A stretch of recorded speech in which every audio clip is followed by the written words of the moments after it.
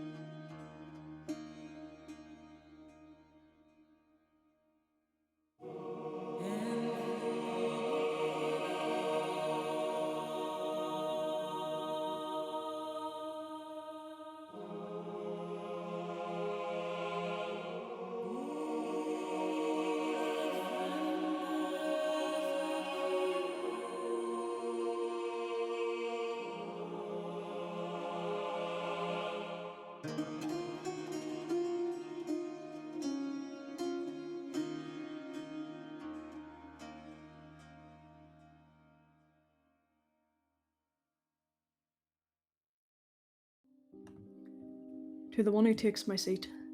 You may not feel ready for this. That is not a feeling. None of us were. The guild does not need perfection. It needs someone willing to stand, to listen, and to choose when others cannot. You will doubt yourself. That is a good thing. Hold on to it. It will keep you honest when certainty would lead you to the wrong way. Trust those around you. You're not meant to carry this alone, even if it feels that way at times. There is something beneath this guild you will come to know in time.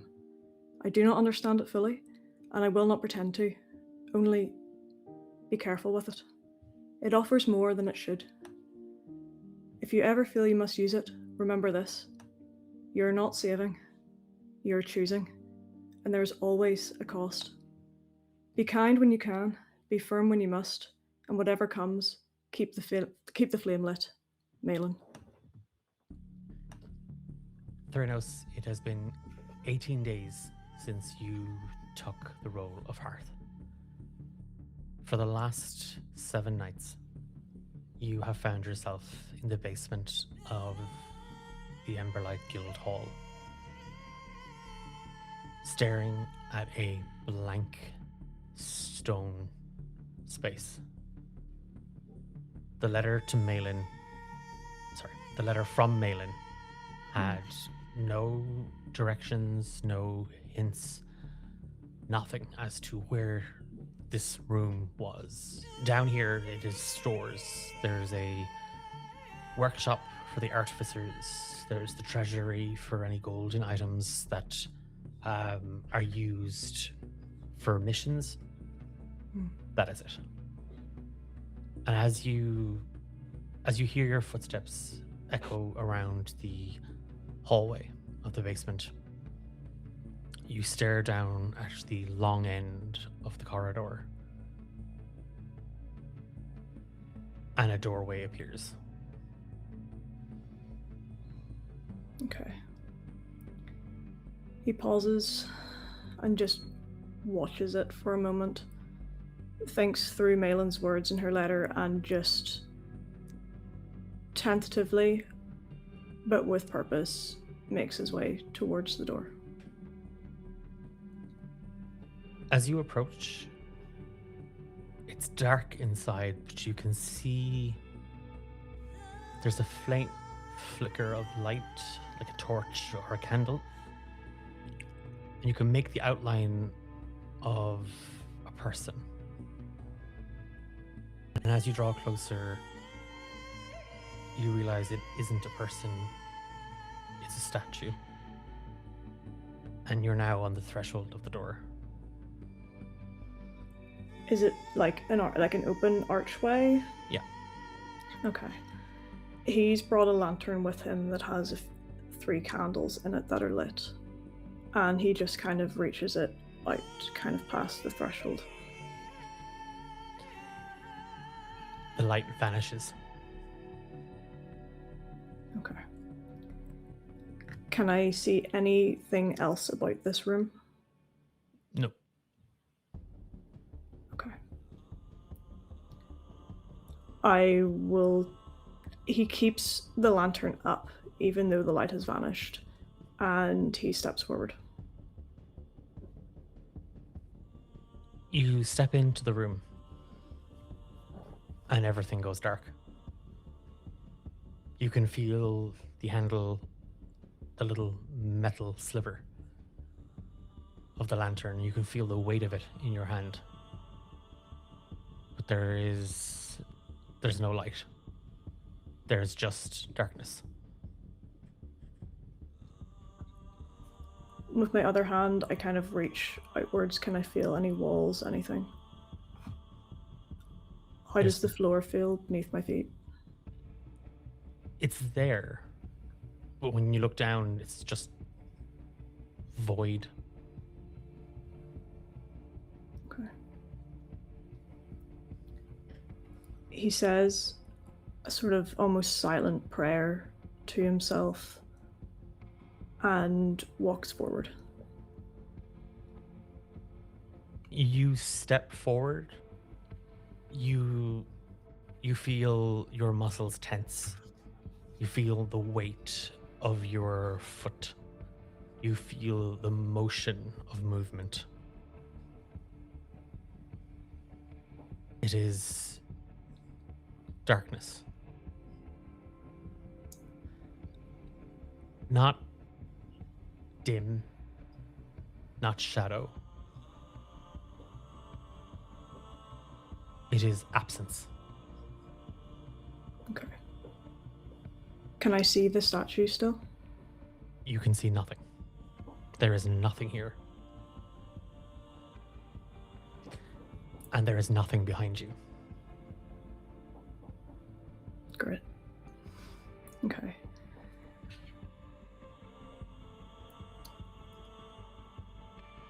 He would like to call out into the darkness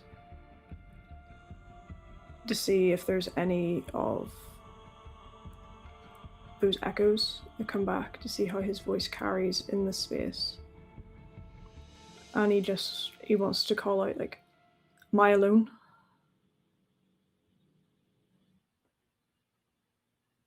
There are none of us alone.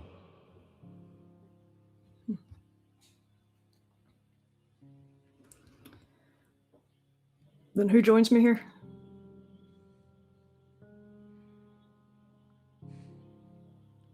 You were expecting someone, Thranos Keener.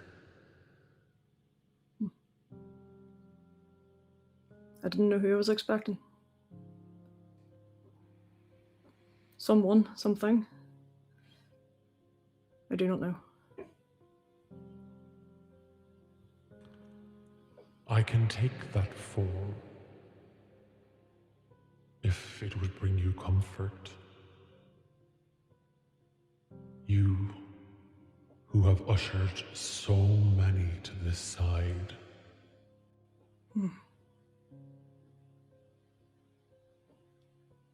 He nods in the darkness.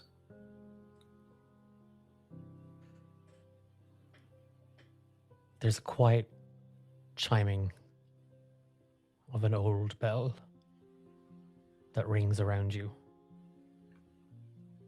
And His hand instinctively goes to his own at his waist. Stepping out of the dark, there is an old Shaderkai woman.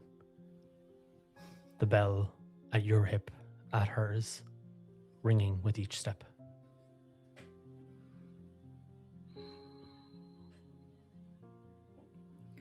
His breath catches in his throat, but he knows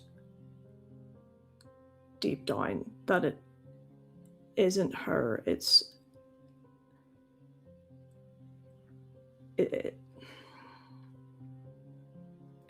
a guise for putting, I guess, an appearance to whatever this is that he is talking to right now, but he can't help but be a bit taken aback. I think he takes a step back, but just waits and watches. Tell me, Earth, what would you like most in this world?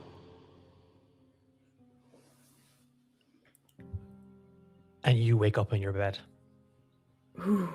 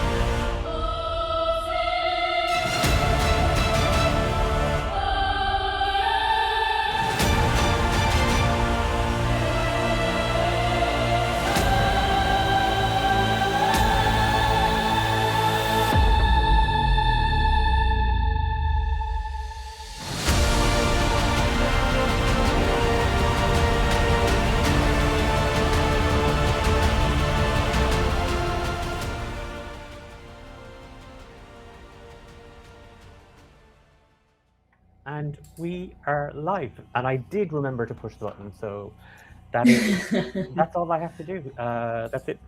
God, it's so hot and I'm so shiny. It's so hot. Welcome to the latest episode of the Emberlight Saga. Before we dive into tonight's session, Trouble at Old Market, very quickly, a big thank you to Soph, who helped. Most of that is actually Soph's doing. I was just kind of there as a little narrative wall. So a big thank you to Soph for helping to put together that canto. If this is your first time to the Emberlight Saga, welcome in. It's a grim, dark fantasy campaign set at the world's end. It does contain some fairly adult themes and very emotional themes. We're very big on the old roleplay and the narrative design aspect of tabletop role-playing games. So if things like psychological and supernatural horror aren't your vibe, if themes around grief, loss, hope, and hopelessness don't aren't kind of something that you sit comfortably with, then there are plenty of other D8 Dungeon shows out there that I would encourage you to go and check out. You can catch most of them over on our YouTube channel. We also have a podcast called Romance in the Dungeon that is available on all podcast platforms. And it's a balance between the light and the dark in heaviness. We touch on some really emotional stuff, and then they go away and they do something completely stupid to balance it out. So, it's swings and roundabouts, and it's love and heartache. So it's a lot of fun. My name is Declan, and I'm the game master for the Emberlight Saga, and I am joined tonight by Sam, Emma, and Dave. We were hoping to have Tendai join us as Obscura, but they've not been able to make it this evening. So we're gonna have the gang have already they've heard the request. There isn't a corner of the Emberlight Guild that didn't rattle with the quest bringer's voice.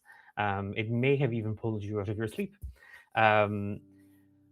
While because I've just noticed our subtitles aren't working, so I'm going to get those fixed. But while I'm doing that, can we go around very, very quickly, do a little player introduction, and then Sam, this is the first time we've seen Inez since the stream, like the very first stream. So if you wouldn't mind giving us a little bit of description. Your trading cards are below here, so people can kind of see. Obviously, Obscura is just full of question marks because we haven't a clue.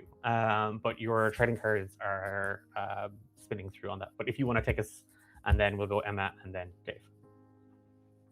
Yeah, no worries. Hey everyone, it's been a little while. As Declan said, my name is Sam. I play Inez Kane. She is a very baby cleric who has arrived at the guild from Sur. Let me just get her together. But she is a water genasi, so lots of deep blue, navy to purple to sea green skin.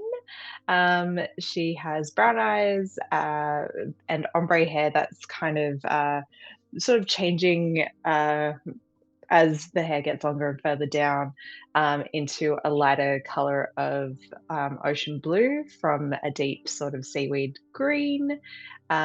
She's early 20s, fairly optimistic. You'll often find her racing up to new faces, greeting them with both hands waved and a couple of key tattoos of an eye with 3 pupils in one and a witch's knot in the other, and a little small one at the back of her ear. And she has a very big heart that she wears as a necklace underneath most of her clothing. But yes, she's very energetic, very enthusiastic, and very, very happy to be here on whatever mission they're going to send her out on next. So thank you so much for having me this morning, this evening. Thanks, Emma. I think our characters are going to get along very well, Sam. So, hi, I'm Emma, as Declan said. I'm playing Firan. He is an orc, so he is green. He's probably about 6'6", and he has like shortish black hair, tusks and piercings, and he is generally fairly overly confident considering the skills he has because he's a cleric level 1. Also very optimistic to prove himself to the guild and to make himself become a legend in this world. So far, it's going, according to him, it's going extremely well. It is not going well. So he is just, delighted to be taking part in another adventure. And Dave? Hello, I am Dave. You might know me from over at the other side of the streaming corridor at the Emerald Collective, and we do stuff over there. I think I run 2 games and a bunch of one-shots. But tonight, Matthew, I am playing Old Bill. He is... I think he has more chapters on the read side of his book than he does on the unread at this stage. He is a human man in his late 50s. He's tall and broad at 6'5" and is completely bald except for some grey stubble on the lower back of his head and around his ears. He's also got a short white beard that extends to a point at his chin. Old Bill has kind grey eyes with plenty of laughter lines around them from back when life was good for a while. His resting face would be probably described as open, pleasant, and friendly, unless you come at him with something pointy. I think Old Bill has been at this for a while. He is a level 5 human rogue, and I think the last time he was on, it might have hinted that Old Bill has some extracurricular stuff going on that he may or may not want to be a part of, but he is nonetheless. So that's where we are. Thanks, folks. It's hilarious how this has worked out, because we have 2 of the most enthusiastic members of the Emberlight Guild on board with us this evening, and then we're going to throw Old Bill into that mix as well. So this will be a lot of fun.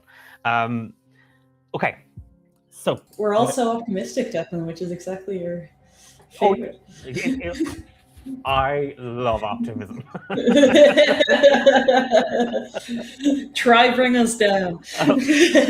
What? Challenge accepted. This is suddenly lethal. You have to choose, Fiona. You have to choose. Fight for your parents' love. So it is. It's the morning of the 18th or 19th day since Theranos Keener has taken over the role of Hearth, and in this,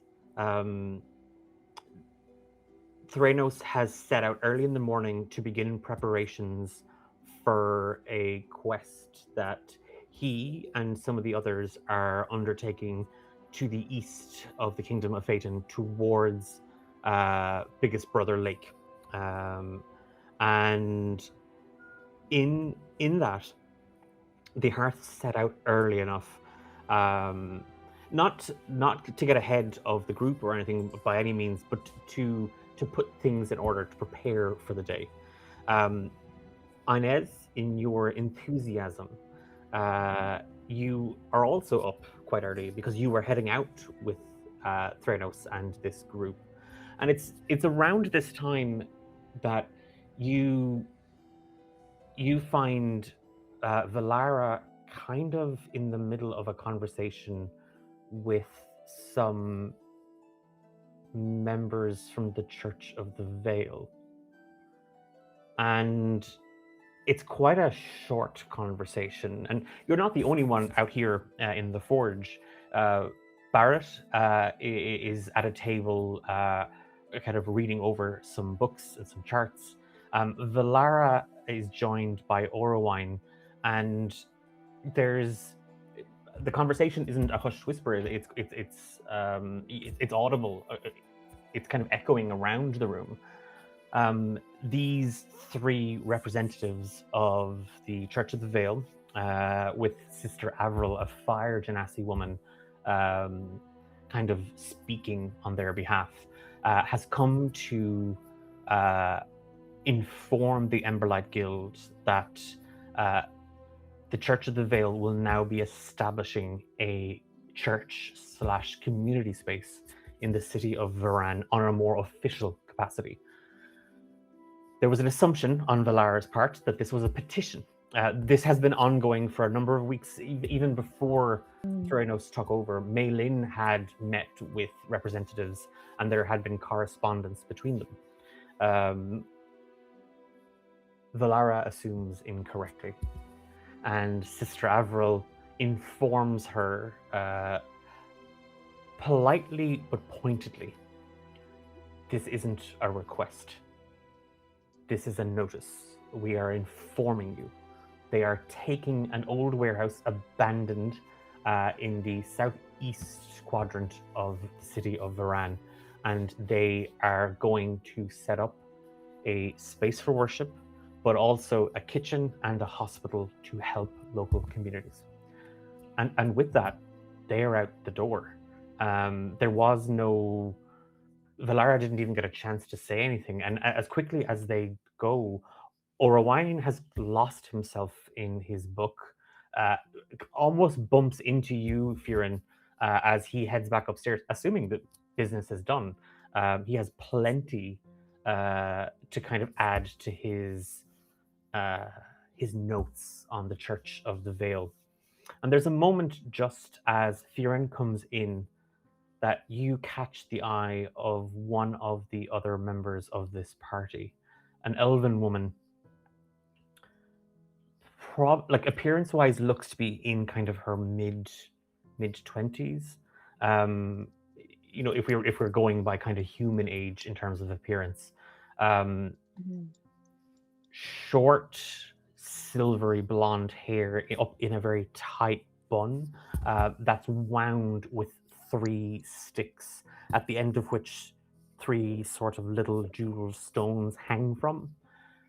Her eyes meet yours, and there is this pang of familiarity. It's that sort of, you know, that awkward feeling when you're looking at a stranger and the pair of you look at each other directly in the eye, and there's that, whoa, we were looking at it. She looks away as you look away, and you recognize this woman, and she leaves.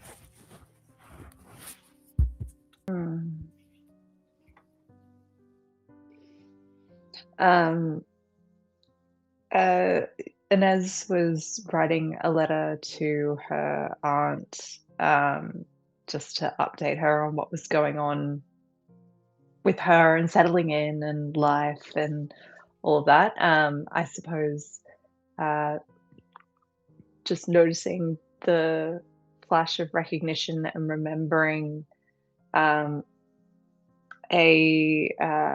gathering where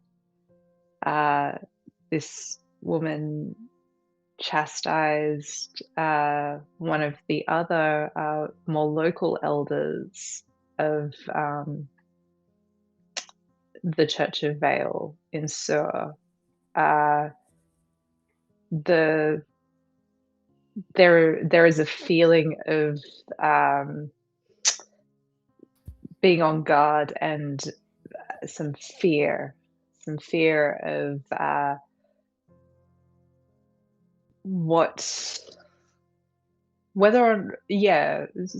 some concern about whether or not it's actually just okay to go and take a space.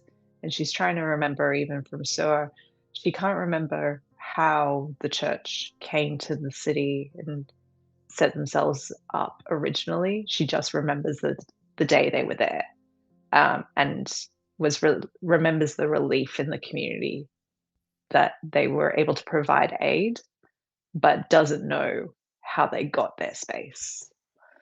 What I will give you is, while the sort of the idea around how did the church get a foothold in Shur, you do know, like, I mean, anybody in the Church of the Vale would know the story. It's not told as sort of like a, you know, an origin of a deity or anything like that, but it's just the church's history, and it started with it started with one woman who worked in a tavern. She was a servant girl. She was a barmaid. She was a part-time cook. She found herself when the lasting dark took hold and everything started to fall apart. The owners of the inn that she was working in vanished, like so many more people who just disappeared from the world or died in the aftermath of the lasting dark's first touches. She, rather than crumbling, rather than falling apart, because so much of the world was doing that already, she chose to keep this space going. She chose to keep the tavern doors open, welcoming in people who were lost, welcoming people who needed shelter. And slowly but surely, this became sort of a grassroots thing. It was just that. It was just the community trying to hold on to what was normal. And so much of what the Church of the Veil does is still steeped in this sort of grassroots.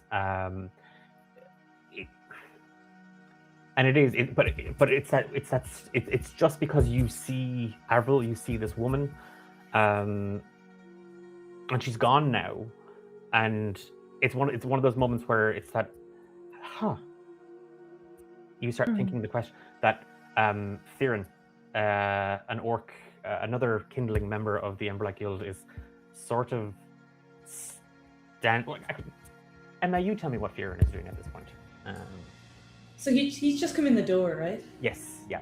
And Orowine, the mantle has just kind of brushed past you. He's apologized with things to be done, and he heads back upstairs to his research. No problem, Orowine. It's good to see you. I'm Fearon. You remember? Thank you. What a guy. Inez, is it? Yeah. We started on the same day. How are you doing? Good. Yeah, just just getting ready to head out. But yeah. Sorry. I'm so sorry. I've met so many new faces, and it's please don't take offense. But yeah. Viren, was it? Yeah, it is. Yeah. Okay, cool. Yeah, no, it's good to meet you. Yeah, how long have you been here? We started on the same day. Oh my god. I'm so sorry. I'm so frazzled. I can't. Okay. Well, yeah. No. Good. We took good. the How are you? whole horse ride here together. We had it. We spoke for a long time. What? Yeah. Oh. Okay.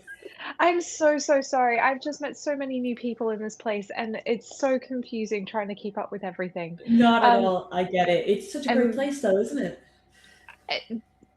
Yes. It's chunk certainly of the ceiling a just lot. falls off, like it just hits the ground.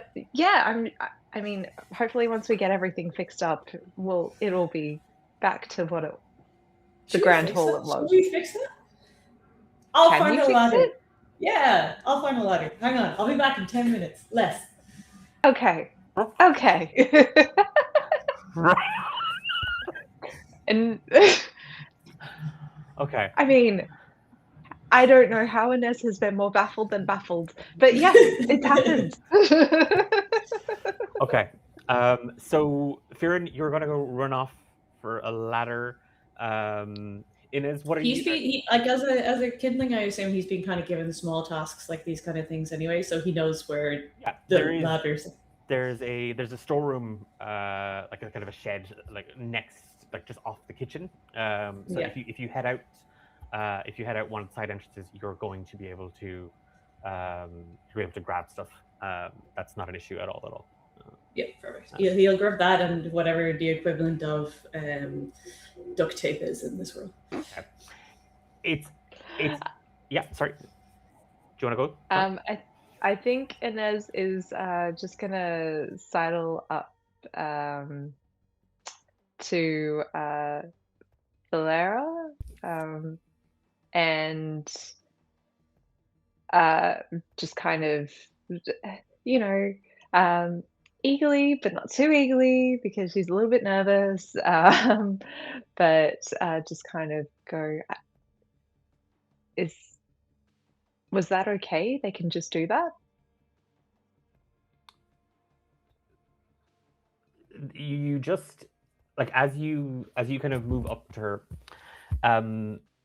Inez, you can see that Valara, there's like a vein throbbing at the side of her head. Like it's just, and she's kind of pinching her 5 fingers around like the bridge of her nose.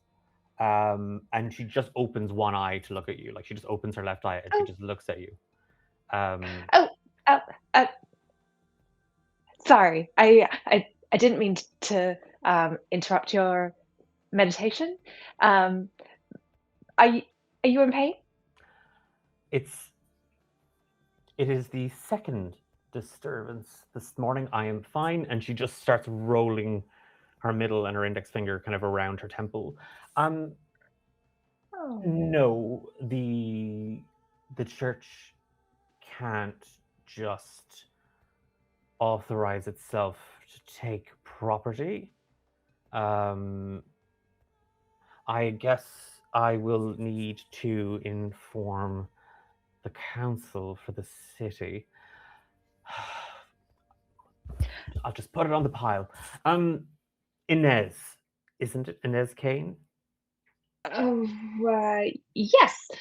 Actually, and she'll pull out a little vial of like mini, but a little thing of lavender oil. You just go, this might help with the temples. And she takes a whiff of it, and then she fixes both her eyes on you. Floral. And she drops a little of it on her, like, and she rubs it into her temples. At this point, I will try anything. But you know what the best solution would be, Inez, for this? If you could do me the favor, you and Firen, you can leave the repairs to the ceiling. Not that I assume either of you is qualified to do that in the first place. I think he's gone to get a ladder. And then you're going to stop him before he gets on that ladder, because I don't believe he's got the proper training to use it. Okay.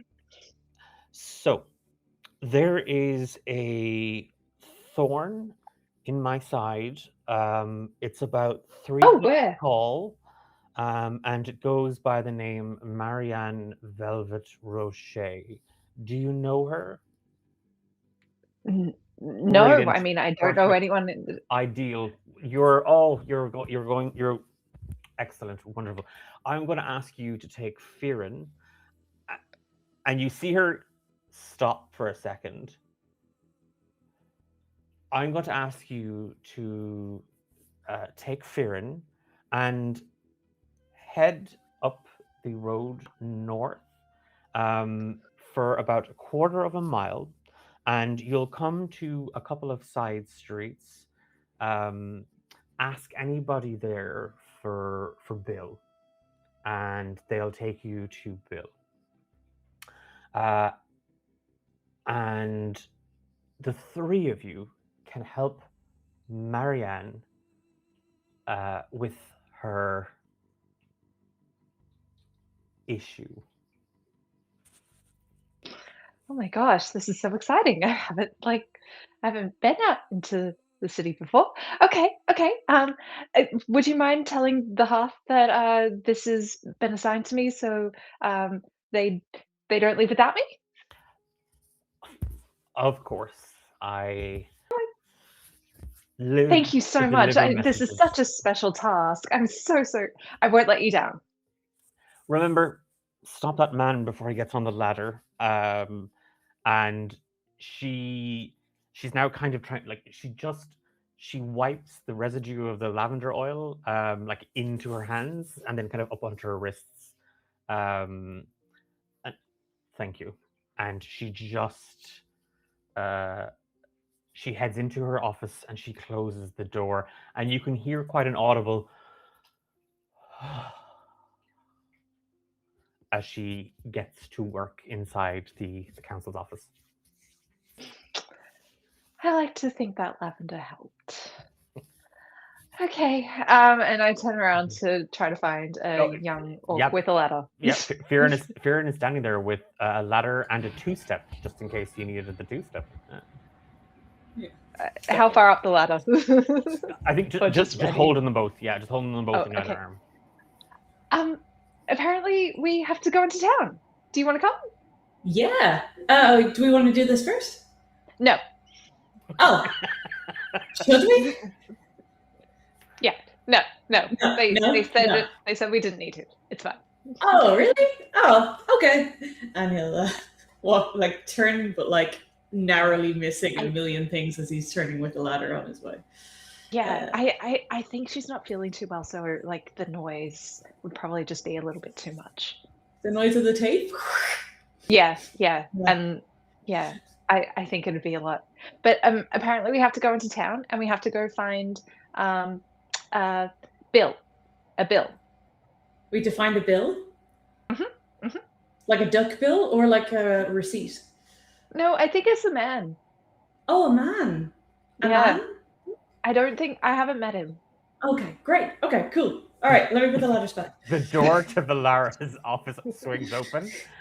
Bill works here. He's in the guild. And she just closes it again. Oh, Bill. Oh, old Bill.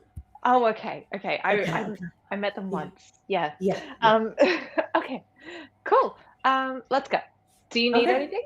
No, let me just put these back, and he scampers off and comes back. There's a workman outside wondering where his two-step went. He puts it back in the other side of the room, like yeah. So with the pair of you kind of gathering yourselves and making haste towards old Bill's home, old Bill, or just Bill, but neither a duck nor a check. What are you doing this morning? I think old Bill has a very, very busy day lined up for himself. He has a lot of tasks. It's one of those days where he's found the motivation to take care of like the 10 things that he's put on the long finger, and he's surprised that he has that motivation and that he has that. He's like, fuck yes, this is the day. So we're going to get it all done today. Down the market, pay those bills, go and take care of that dead body. I mean, go and do the few things, and then and then we get back in time for tea, and it's going to be a good day. So he's kind of pottering around the house. I think he goes up to make the bed, and it's still the double bed that him and his wife, his late wife, slept in. And he kind of goes up and makes the bed, and he's still like, he's a very functional man. He still puts the sort of fancy comforter over the blankets that Ethel liked and that he always hated. And I think he goes and opens the curtains and freshens the room up a little bit, and then all the while, I think he's always talking to Ethel. He's sort of telling her about his day and telling her what he's going to be doing. So he's kind of making it downstairs. I think he's pretty sure he has a day off today. So he's like, this is, kind of a rare one for him and the Emberlight. So he's he's getting ready for what's going to be a very productive day for him. As you go about the day, Bill, and like it's a thing of like just kind of like letting the house breathe, opening the window. We're towards the end of Duskwane, which is the equivalent of autumn, and we're about to head into those winter rings. But There's it's quite a bright, fresh morning. There's even a little bit of frost kind of just kissing at the edge of the window pane. And as you open it, you just hear the noise of the city. Like it's there's a bed, there's a your own space at the Emberlight Guild if you wanted to. And Mei Lin had offered this many times, but each time that offer kind of was politely sort of refused, and Yeah, he changed the subject, I think. yeah, you can like there's a moment where with this sort of it's one of those days where you're like I have things to do that I need to do but I've not done for a while because they're the small things. There's a moment where that list kind of starts to write itself in your mind, and you take in the air and you hear the sounds of people outside going to their work, setting up their stalls, just going about their morning, that you can almost kind of forget that what lies beyond the wall of Varan, and even what even lies just around the corner down an alleyway. That it's a little, it's one of those very brief moments that you can take from. As you head downstairs, there's a knock on the door. It's a very pointed knock.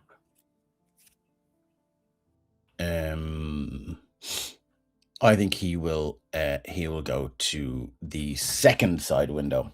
That kind of this is a kind of higgledy-piggledy house. It's kind of so there's the door, then to the right of there's a window, and it's not quite a bay window to the right, but it does sort of, for some reason, just it's about maybe a foot out, and he'll kind of just twitch the curtain and look. His crossbow is in his hand straight away. You can see two very imposing Goliaths standing at the door. Oh, for fuck's sake.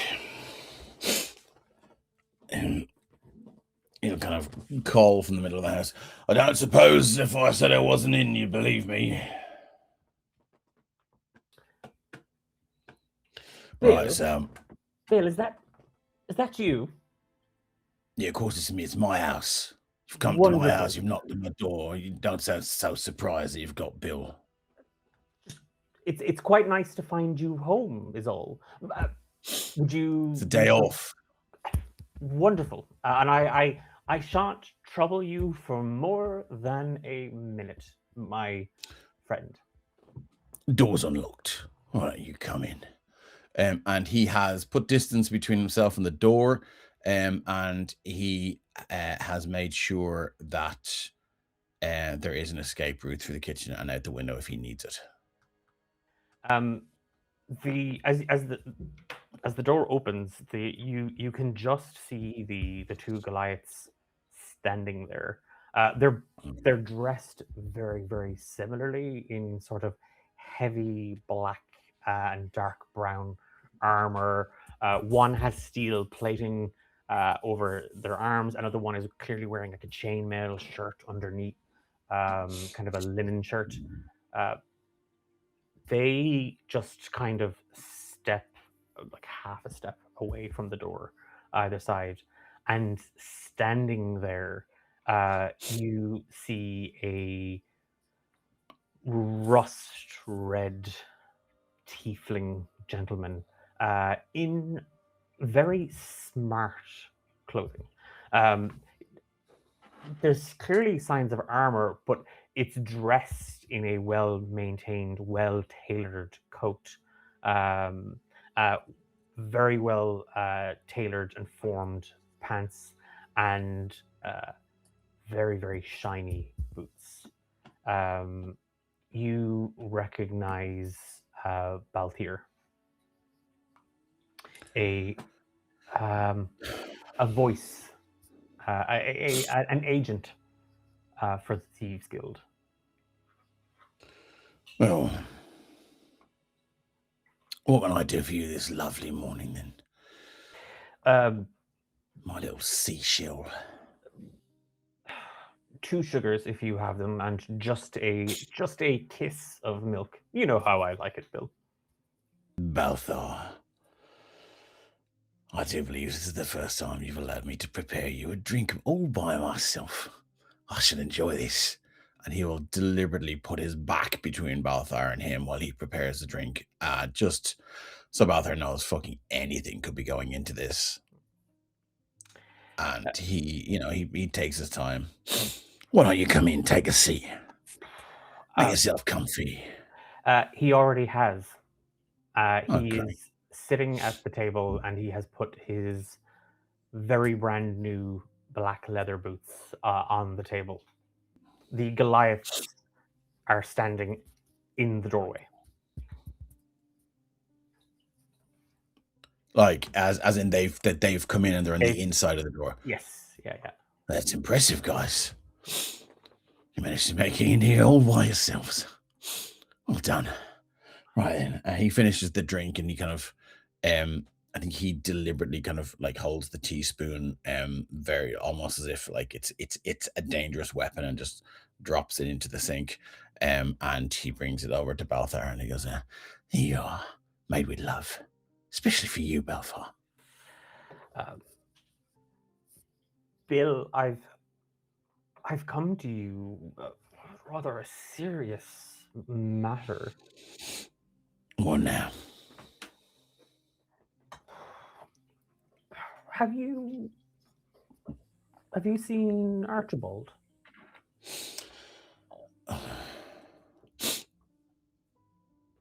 Hasn't been.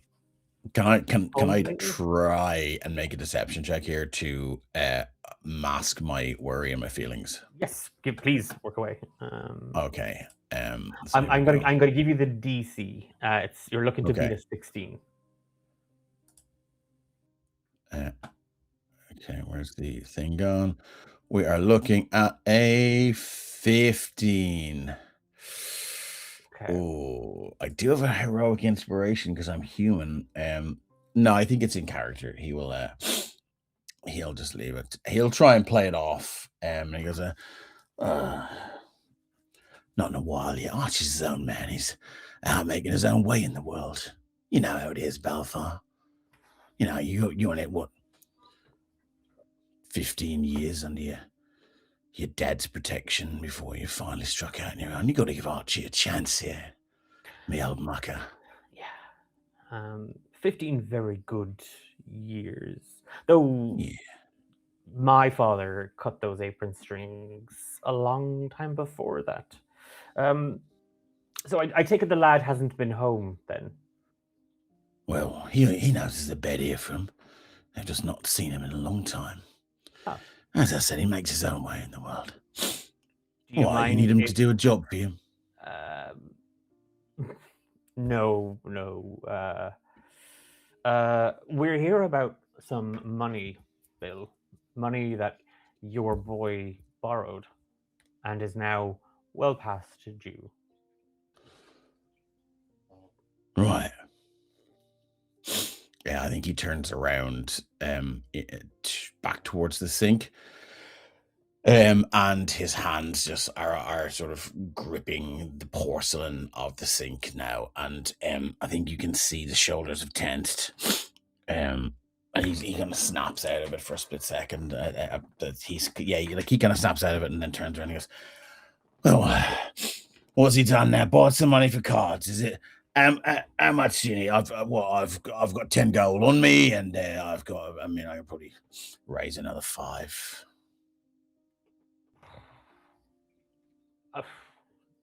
He's kind of fumbling around his pockets now. Gonna cut it, Bill. Your Archie is quite the intrepid, if not the most successful entrepreneur, is he, the lad? We're not talking 15 gold, Bill. What are we talking then? Boys in the hole for 2,500.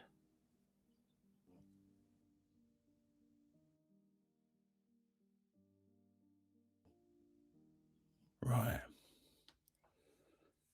Did he say what he wanted this money for? Said he was looking to set himself up with a new shop. A new shop. What in the nine else could that boy want to sell in a shop? Well, I'll tell you what. I shall find him. I shall put out every feeler I've got in this city, and I'll find the lad. And probably just a mistake. I'll make sure he's probably. I'd say the money's in escrow or something like that. He's put it down, and he's just not. It's just probably a simple explanation. Balthier just takes out a cigarette from a small golden case with a silver trim. And he puts it in his mouth, and then he just flicks his two fingers together as a little flame erupts, and he lights the cigarette, and he just blows a cloud of it into the living room. See, we kind of don't really care, Bill, about the boy. We care about the money. And you can dig him up out of whatever whorehouse, tavern, red petal joint that you can get your hands on. Lovely, wonderful father-son reunion, of course. No. We want our money, Bill. What were the terms of this arrangement then? How long was he supposed to have the loan for? And what were the terms of the repayment? Tell me how long he's gone over them. He's 3 rings late on payment, 3 months late on his first payment. And how much was his first payment? He was to pay 150 gold. Right. And old Bill is thinking of the money that he found, the gems that he found in the missing caravan quest that he's sequestered away in his hiding place. I do believe. Let me look at my inventory. Equipment. Backpack. Was it all the possessions? Sorry, I'm still getting new. No, you're okay. New VTT. Who's this? I think it was 200. Was it worth 250 gold? I think there were gems to the value of 250 gold. I think I could be right. Anyway, he will sort of go, right. Well, I've got a little stash I can use to. So he's 3 rings late. And what was it supposed to be? 250 a month, was it? Or 250 a ring, was it? 150. 150 a ring. So, all right then. See, you're getting the wrong picture here, Bill. We want our money. You want it all now? Is that right? Yeah, we're not really in the business of payment plans. If you want one of those, you should probably check it out with the Varan vaults. And at this point, the 2 Goliaths have kind of moved in a little further. They're kind of snooping. They're kind of just nosing and looking, and one picks up a cushion, one is kind of looking at a little picture frame on a mantelpiece. Sorry, it's my dog snoring. Look, you know my father, Bill, and he says you're good for the coin. So you lucky so-and-so. Dad, dear old Dad, has agreed that you'll have another ring to find the 2,500 gold pieces. And there's a sneering grin on his face. Or we have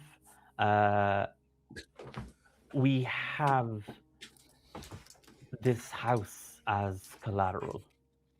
No, I see. I think we should have a look. What are the names? And he just gestured Ballast and Shrapnel. Ace and Gary. All right then. Ace, don't look in that drawer. It's just turn over the cushions you want. Just don't look in that drawer. Now, I don't remember signing up for any loan. I don't remember going guarantor for any loan. You come here, ask me if I've seen my son. I tell you, I haven't seen my fucking son. Now, I'm willing to give you a leg up, my little nepo baby, and I'm willing to help you find my son, because that's what you come here looking for. I in no way am going guarantor for that. Now, next time dear old daddy wants to talk to me, tell him to fucking come himself. And he's just looking to see if Ace is going to look in the drawer. No.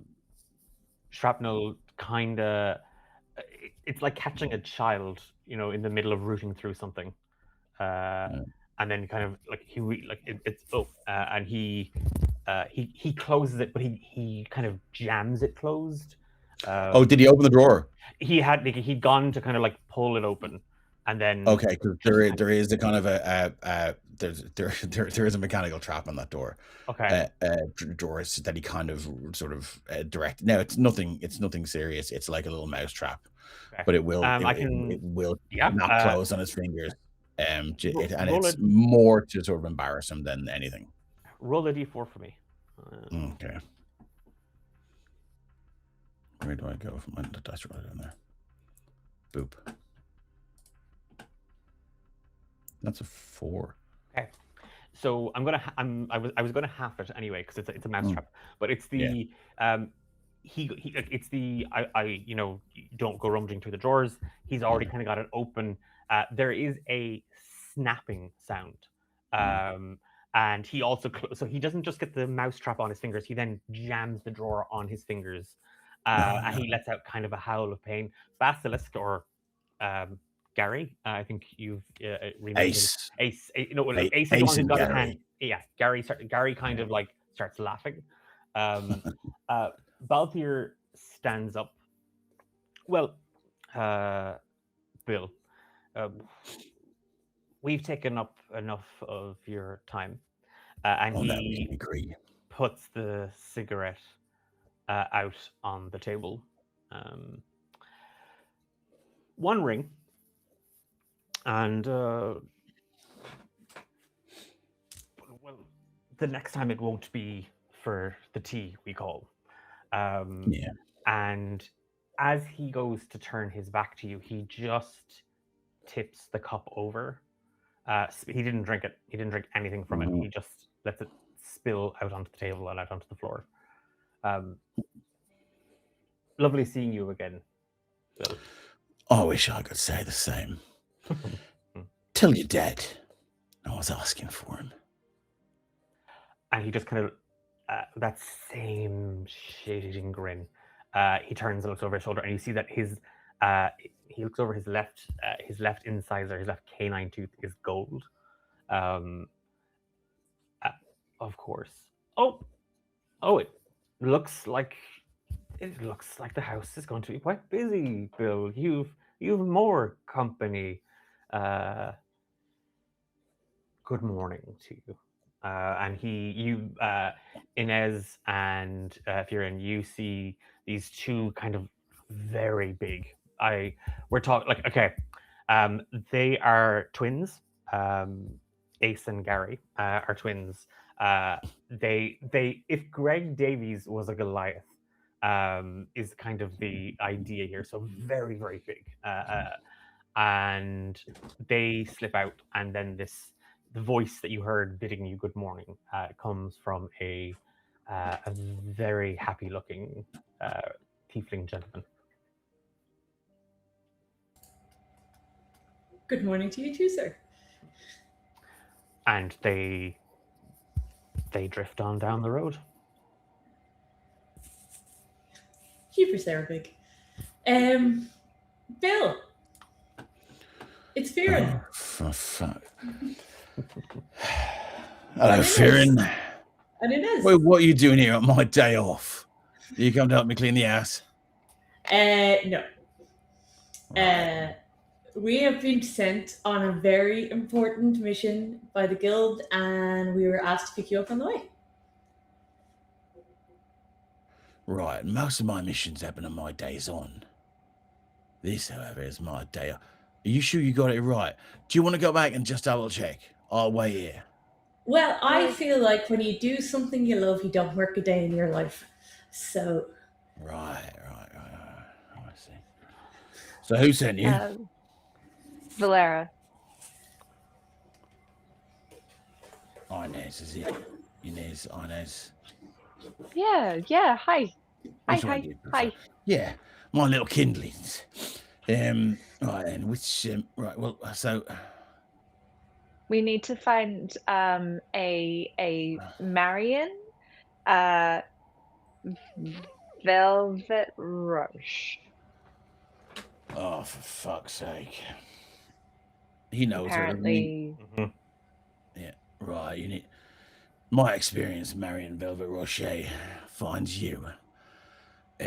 So it shouldn't take too long, but right, and so right, just my previous house guest has made a bit of a mess. Just give me 2 minutes, and he's going to. Would you like some help? Yeah. Yeah, if you want. Where's your ladder? I've got one out of the back. It's a collapsible one, though. It's quite easy to carry. But I don't know if we'll need that this time. Oh, yeah. Right, then why'd you ask about my ladder then? Well, I just figured if we're fixing things, why not make sure we have all the equipment? Right then. And Inez is just gonna start like fluffing up cushions and like putting them back in the places where she thinks they might go, even if it's not totally perfect. Oh, okay. Sorry. Yes. No, it's all right. It's all right. If you just want to, my previous house guest spilled a cup of tea there. If you don't mind, pick it up, mop it up, give it a rinse in the bucket that's in the sink there. I'm just going to reset this drawer. I'm just going to close this drawer. And he'll go over and reset the mousetrap on the drawer there in the sideboard. And I think after that they're good to go. There is and again, I imagine Inez is the one that's doing a lot of the cleaning, while Fearon is doing I'm moving, and it looks like I'm doing something, but I don't know what to do because Inez is doing it all. Do these dishes, like, come on. I think there's a layer of dust on everything, but you don't notice how bad it is until you actually move the cushions and see like the not dusty parts. There's also quite a strong smell of turfweed, a type of tobacco. It's quite a pungent aroma. Like it's one of those things that just permeates into every sort of porous surface, and it's heavy in here. But nevertheless, the as old Bill works on just checking that drawer out to make sure it's still functioning. Inez and Fearon, you kind of go about kind of just hiding away. It's that thing of, we've never been to his house, we don't know where these things go. But it's I'll clean it, I'll wash it, we'll wipe the table, we'll wipe the floor, and then we'll just put everything neatly back in the kind of the little kitchenette. And then, yeah. I think Inez, while she's doing all that, is taking a lot of note. Well, not a lot, but is trying to take note of the touches of the home. Clearly, it's a very lived-in space, but also that there's the influences of people who no longer live here are there. And I suppose she's just kind of noticing and then wanting to, for as far as she is allowed into the house, I wonder if Inez may notice something that she can just kind of place on either kind of like the windowsill, or just moves one of Bill's wife's objects so that it's just in a more prominent place. That just kind of feels like to her looks fitting, but Give it me- might seem. Give me a perception check. Inez. Okay. Oh shite! This little kindling has no skills. It's a 7. Okay. Please you- don't break anything. No, I'm not. I won't have you make it. That would have been a nat 1. But it's one of it's that like if I could put maybe like a little vase in the window with a flower or so it's one of the things where without meaning to, you kind of start rummaging, looking, and it's that sort of it started out of like really good kind of intent. I just need to find like a little small little piece, and what I will tell you is, you've actually opened a press that has it's where the cups would go, and there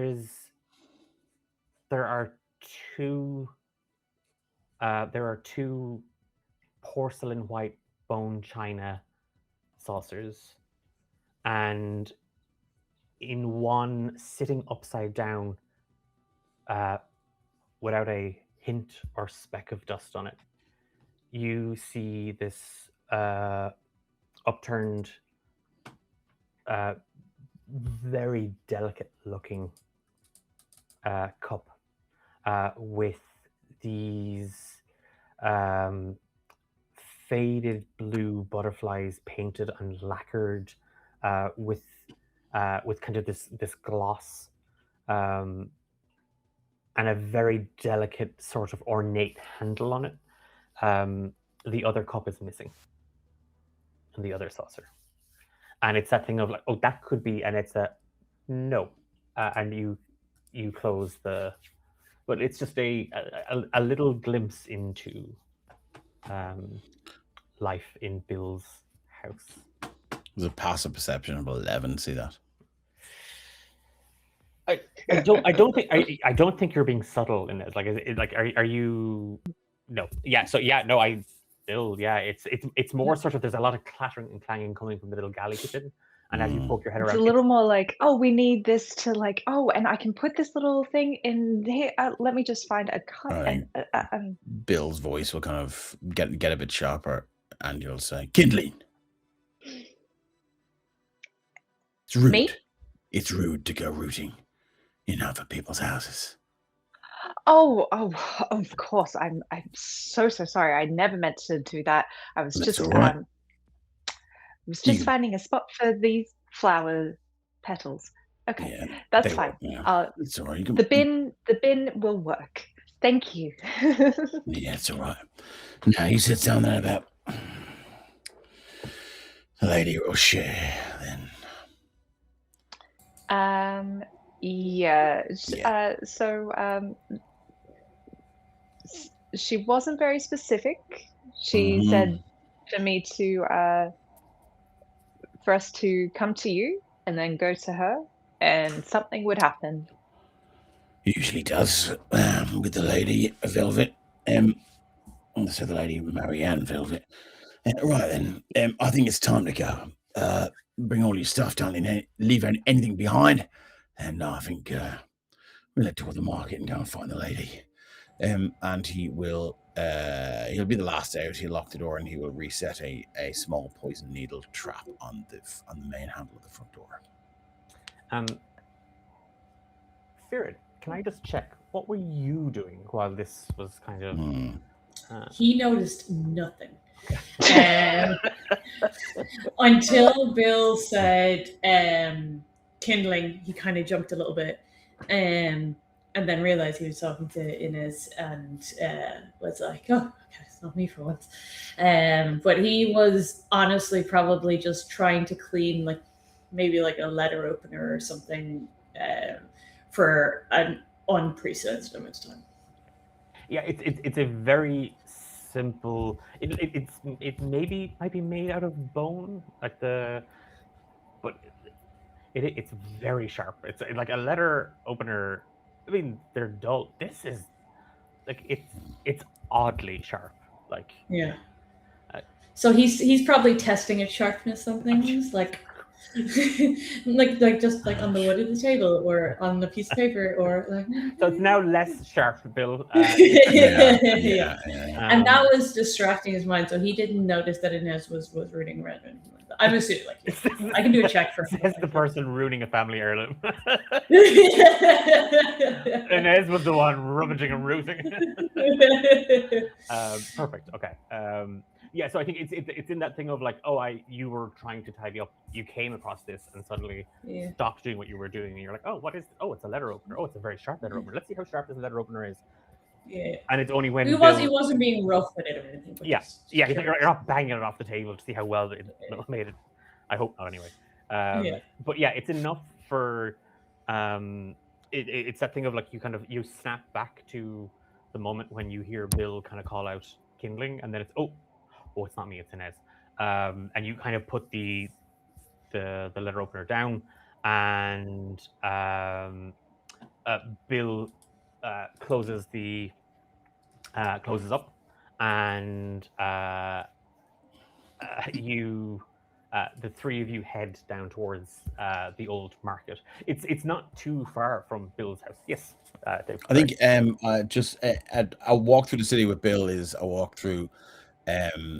It's every day is training, so he'll be like kindlings as they walk. He'll be like kindlings. You're on a mission. You have to get to the market. You see a young boy running, chased by 3 guards. What do you do? Inez. I try to help the boy. Wrong. The boy's not your mission. The guards are not your mission. The mission set to you by the Emberlight Guild is your mission. Remember that. And it's a series of those kind of hypotheticals where he will ask you these questions, and it's all about focusing on the Emberlight missions and not getting distracted, not going off task.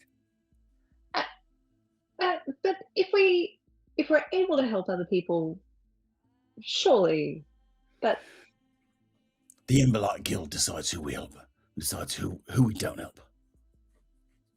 Really? Yeah. That seems a little. What if you want a mission? Limiting. A little, yeah, dictatory, I guess. Well, you can always choose to leave the Emberlight Guild if it doesn't suit you. It does suit me. Right. There we are then. Try and keep that in mind. The main lesson to take away from it is stay on task. Stay in the mission. And that's just generally the chats that are going on. Okay. Do we see anything on the way? Do we see a boy being chased by 3 guards? If you want at this point, like as you are moving, it's a short walk from Bill's house, but like if you're kind of taking in this is mostly sort of a lot of houses, and they're all sort of sitting on top of each other. And like it's that thing, and I'm gonna give Inez and Firan this for free.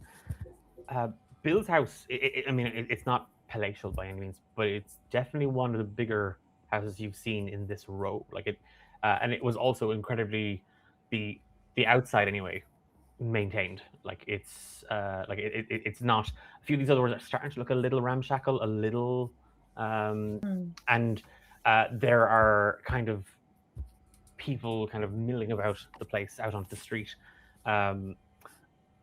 If anybody, if you want to give me perception checks beyond that to see if you notice anything else or clock anything else, you are about to kind of come out into the open, like what is called the old market, and this is just this sort of neighborhood's sort of meeting square where there's a lot of shops, there's some taverns, a lot of stalls get set up.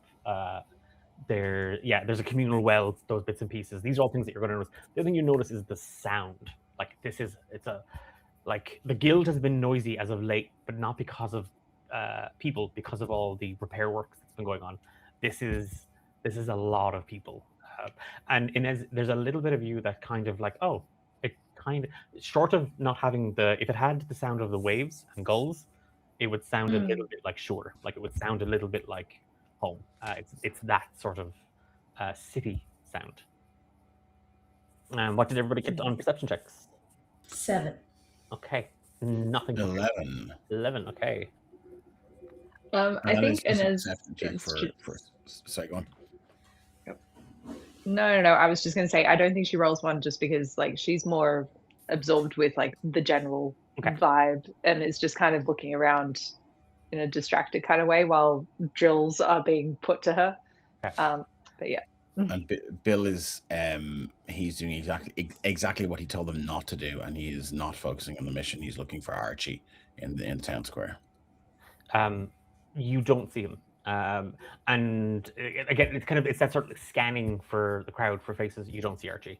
Firen, you do see a child being chased by 3 children. And it is that moment of, do I intervene here?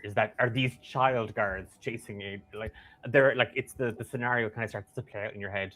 And it's only when you hit this wall of sound and like this wave of the different smells as you enter kind of the market. There are dozens and dozens of people here. It is loud, it is busy, and there is just this ring of market stalls set up selling all sorts of bits and pieces. And they're sort of the inner ring. Around them, there are these buildings with just as many shops and just as many little inns and taverns and offices, all with people kind of. There's just a lot of people. And in the middle of all this, Bill, you happen to know where the Velour Emporium, Marianne Velvet Rocher's. Okay, she classifies it as an antique store. To everybody else, it's a bric-a-brac haberdashery pawn shop, but for Marianne, it is an antique store. It's on the street that you're currently on. If you continue on it, kind of with the market to your right, it's 3 or 4 buildings down. You can't miss it for all of the tat in the window. I love her already. I guess we'll head towards it then. Is there a vibe here? Is the vibe normal in the town square? Yeah. It's what you would expect. Like there are screaming children. There are vendors trying to hawk wares. There are people haggling and arguing. There's a small cluster of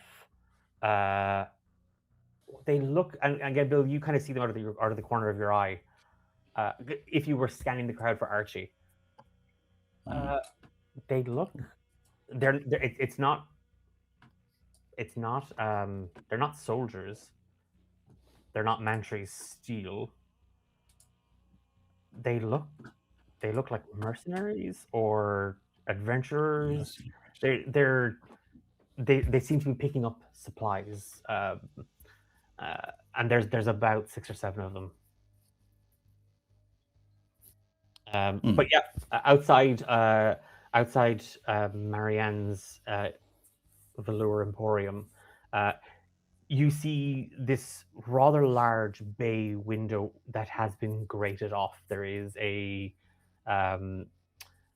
well-painted, well-maintained iron sort of grate kind of protecting the window and the treasures that lie beyond, because there's 3 stacked shelves filled with all sort of manner of trinket and treasure, and inside the window, kind of peering out with a furrowed brow,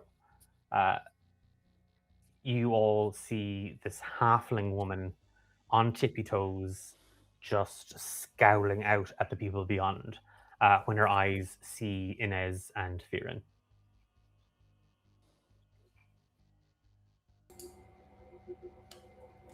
Is this it? Are we here? Yeah, we're here.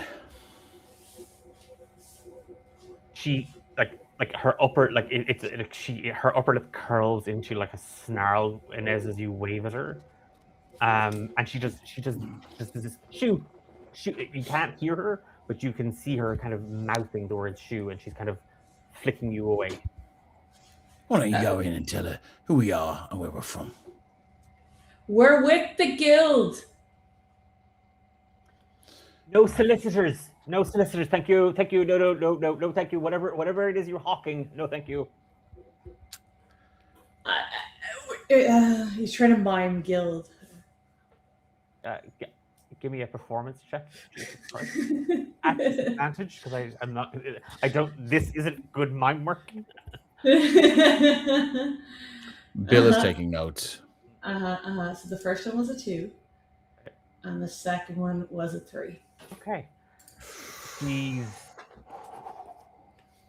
Yeah, no, it's just she swings the heavy door open, and you see this halfling woman she's about 3 foot tall.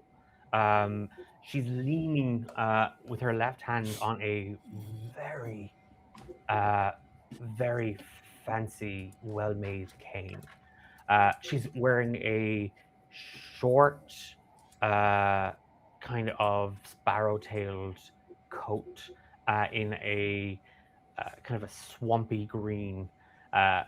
This over-embellished blouse with a ruffle, and there is just this bouffant of white hair sitting very, very neatly on her head.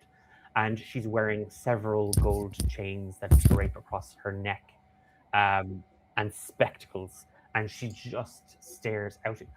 I'll have the city guard here in a heartbeat if you don't extract yourselves from my doorway. This is a place of business. If you're looking for charity, you vagrants,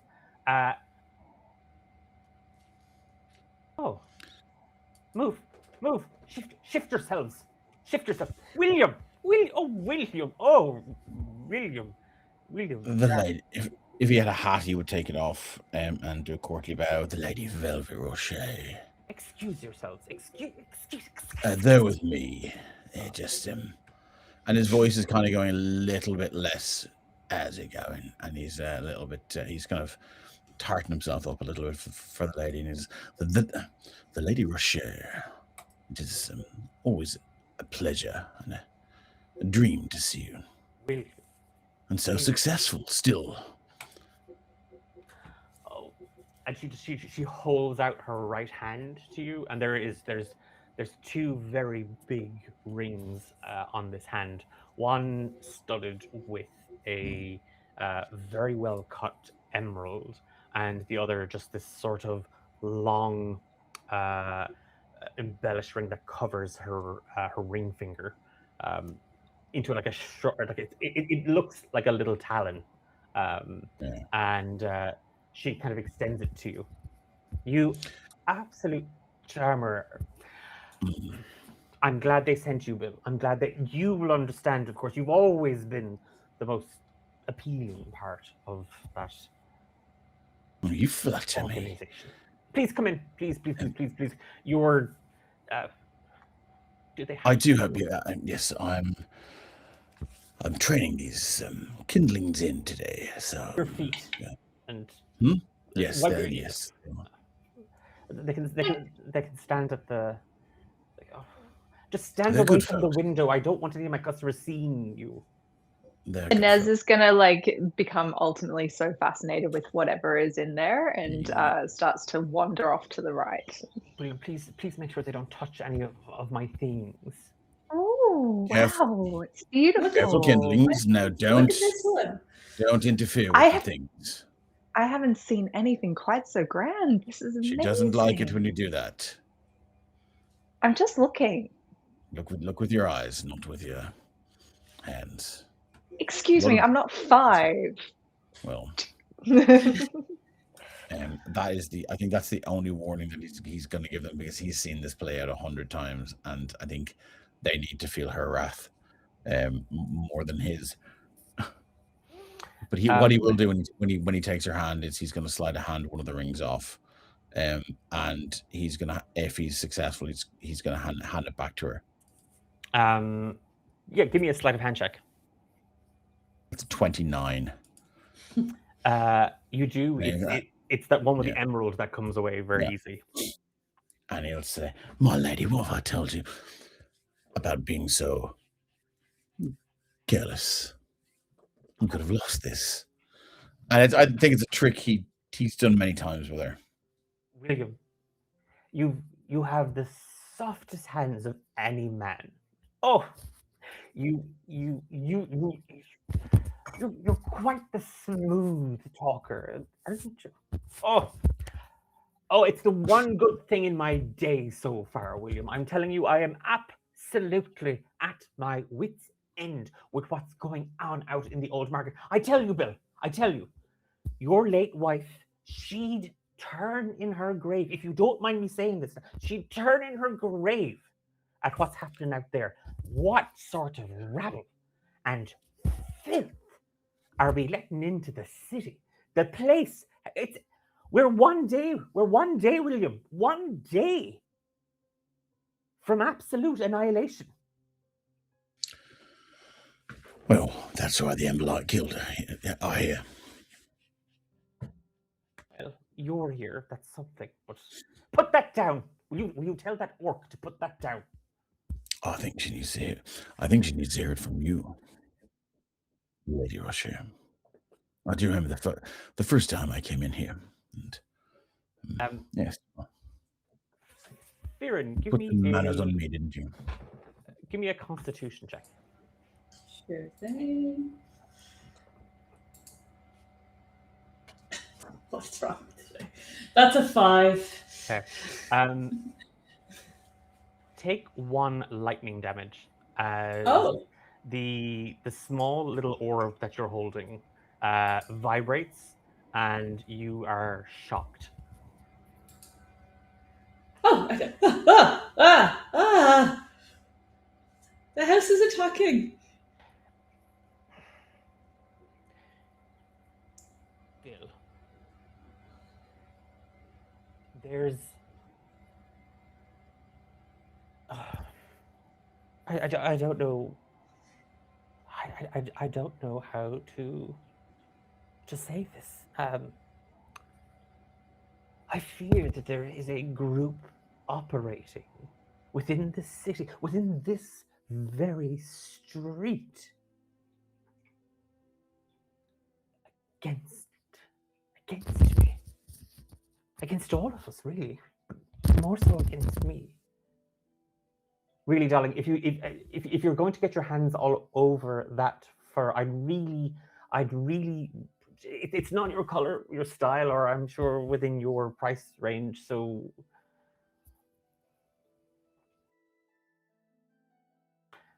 Nez drops it, but is scowling.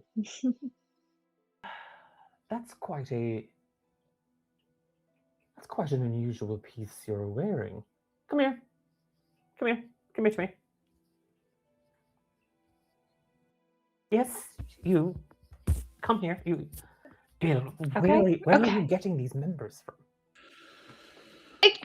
from? Actually, I came from quite far to be here, but thank you. Do you need to step away for 1 sec, sorry? Yeah. Oh no, Bill's abandoning you at Marianne. May I? And she gestures to the chain and the necklace. Oh. Heavens, I don't need to touch it. I just need to. Okay. I just pull it out. Yeah. And she takes a small little wand, and she extends it out, and little prisms of, it looks like glass or crystal, form at the end of it, and she holds it up. Oh. How much would you like for the piece? 75 gold pieces. It's price. a priceless item. Oh, a twist to my arm. Okay, You're a girl far from home and in the big city, of course. 200, that'll be my final offer. I couldn't go over 200. Ooh. Unfortunately, it is still a 500, priceless item. 500 gold pieces then. Okay, that's it. My final offer. Bill, tell her that is my final offer. I will not be entertaining this negotiation. The lady said it's a final offer, so With all due respect, Bill, she initiated, and it's priceless. There's no Oh. such thing as priceless. For this, there is. Fine. Take it. But a word of kindness is also priceless.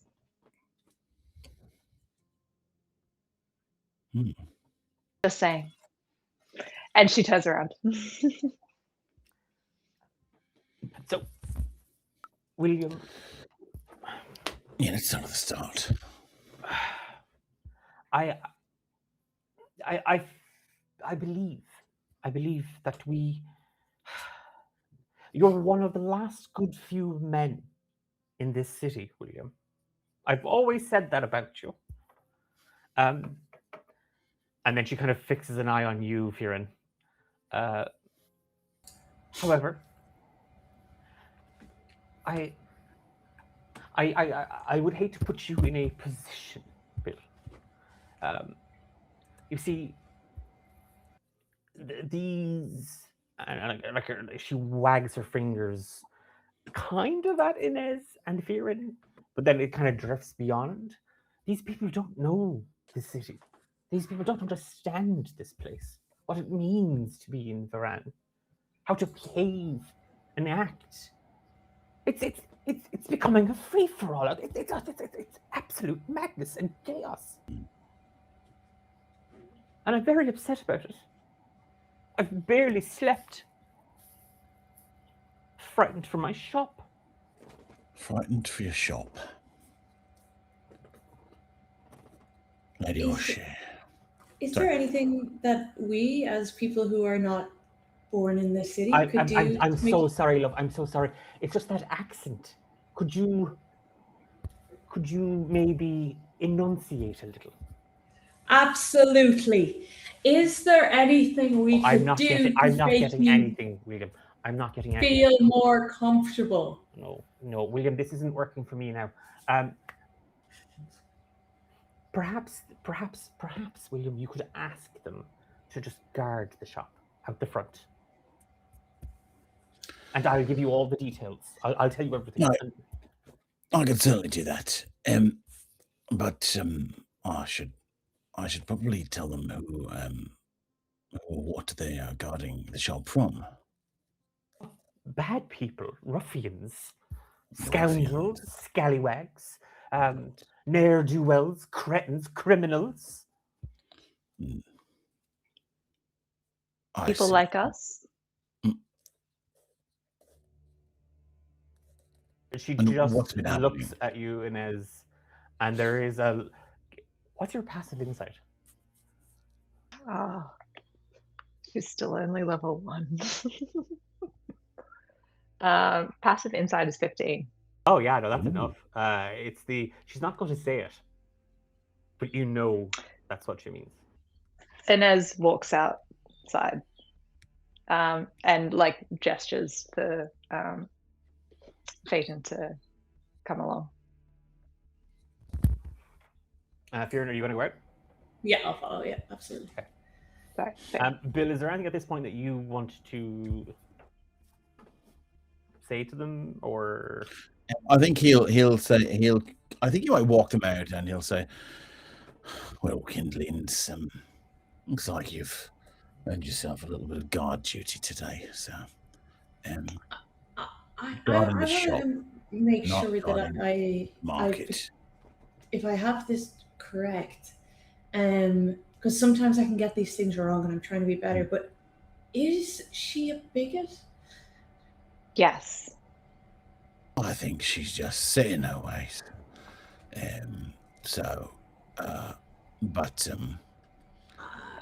Is this I'm not. I don't want to undermine your authority, Bill. Whatever you say, I'm absolutely willing to do. But is this something the guild would want us to do? Well, the guild have sent us to help this woman, so. You said we should only ever focus on the guild's mission, and I feel like the we guild's should. mission is to help this woman investigate the issue she's having and help her. So we're on mission. You are on mission outside. And, Okay, so today we're bigots. All right. Today you're gods. And just we try not to insult the Emberlight's customers or friends or anything like that. So if you have any opinions of the people the Emberlight Guild sends you to help, then maybe we can talk about it when we get back. Okay. Sounds good. I think this will be a really good learning opportunity for everyone involved. So I look forward to the discussion. Yep. Okay. Sorry, Bill. There's no apologies necessary. I'll go and do my best with the lady Rocher, and hopefully we'll all be home in time for tea. Okay. So at this point, we're going to split, and we're going to start with old Bill and Marianne inside the shop, and it's going to be one of those things where this is happening. These things will be happening simultaneously.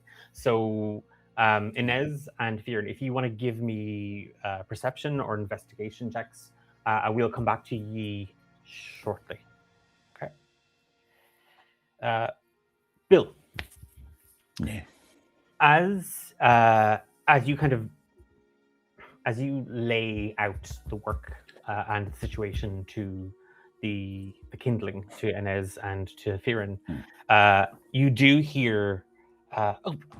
Bill, the noise from outside, it's bringing on one of my headaches. Could you shut the door, please? Absolutely, lady. I can certainly do that. And he will. This is the door to the office that they've gone into, or the main door? The main shop. The main shop. Yeah. Oh yeah, absolutely. He will, and he'll hold the bell so it doesn't ding as he closes it. And if there's a bolt, I presume she wants me to draw the bolt. Yeah, he will draw the bolt. Such a gentleman. When you turn around, Bill, you see that she's like the door to the office is open, and there is a pot of tea. There are cakes, sandwiches, all incredibly well made. All of the finest ingredients. Set for you, and she just taps a small little 2-person seater on the opposite side of the table, and looking out into the main thoroughfare of the shop and the door beyond. But she just pats it gently. I think as he walks towards it, he will sort of gesture towards the spread there, and he'll say, "Well, my lady, it's almost as if you knew I was coming." William, how could I have known that?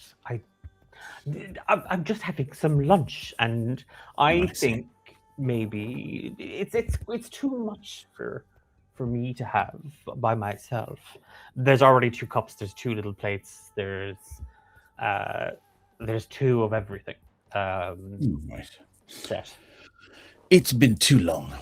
Why don't you tell me, how have you been? Oh, business has been good, despite the mess outside my front door. The odd stall, Bill. I'm salt of the earth. I'm as keen for any mercantile to get their foot in the door or on that first rung of the ladder, but to have pride in one's business, to have a sense of self-awareness, it's just so unkempt, disorganized. Couldn't they go somewhere else, Bill? Couldn't they? My lady, you... Marianne, please call me Marianne. Thank you, I will. Marianne, keep saying they. Is there a specific selection of people that you are referring to? I mean, it is rather, it's rather packed out there, and, well, you know, old Bill is just, I kind of maybe need things spelled out for me. I don't mean to speak ill of the less fortunate Bill. I give, I donate, you know, I've recently donated some money to the Church of the Vale. Did you know that they're looking to organize themselves here? And they're talking about a hospital. They may even name the wing after me. Really? They don't have to do that, though. I didn't give them money for that bill. Well, if old Bill were laid up in any kind of hospital ward, I would hope it would be that one. But now, so just so Dave is clear. She's referring to what sort of lower, like what she perceives to be lower class. That's which is basically everybody but her and the people that she enjoys. Yeah. Okay. All right. He says, I see. You are a woman of means. And you know there are, how shall I put it? I know you're rather attached to this place, but you are a woman of means, and your reputation, my dear, is beyond reproach. And so if there's a sort of a name of a higher class area of the town, what would that be, of the city? So it would have been, so the city is built against sort of the foothills of the old Great Mountains, and it's the further in this sort of, the further into the city you go, the further closer to the mountains that you get. You were talking, this is where your seat of power is. It's where the palace used to sit. So further up the hill then. Yes, yeah. So it's very much sort of a, it's a little like, you know, Ba Sing Se from Avatar, with the sort of the outer rings being more or less like slum districts and stuff like that. And he says, well, my dear, there are a number of solutions to this issue you're having. Not sure how much the Emberlight can do, but I do. Well, not since the new hearth took over. Well, fortunately, yes, I miss Merlin as well. We were good friends, but I think we're both aware that there have been some recent vacancies further up the hill. A woman of your means and reputation, I think a spot higher up the hills. Well, something I think you should have done long ago. You are quite the lady. She sits in much closer to you, like almost kind of rubbing her shoulder against yours. Yeah, he's not going to move away. Yeah.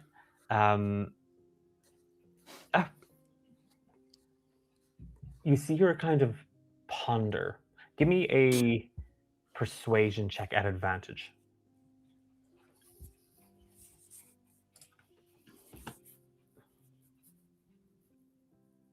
$19. I won't lie, Bill, and you see right through me like I'm a pane of glass. I've had my eye on a shop or two, a little further in, a little further away from all of this.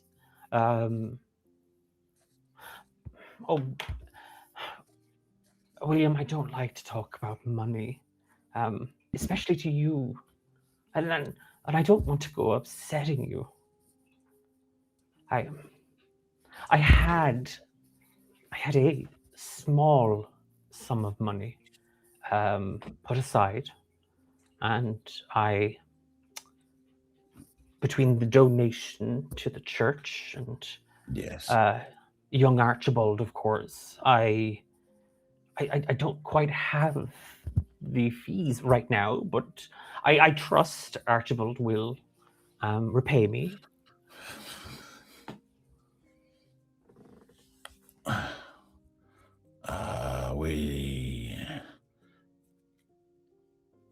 I'm sorry. Are you referring to my Archie?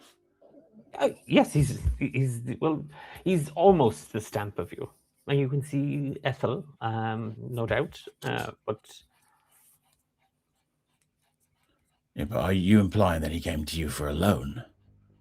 He did, Bill. He told me you sent him.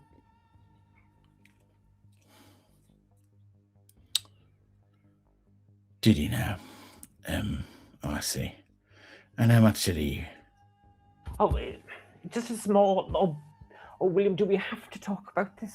Please have a raspberry pastry. And she takes a small little disc of.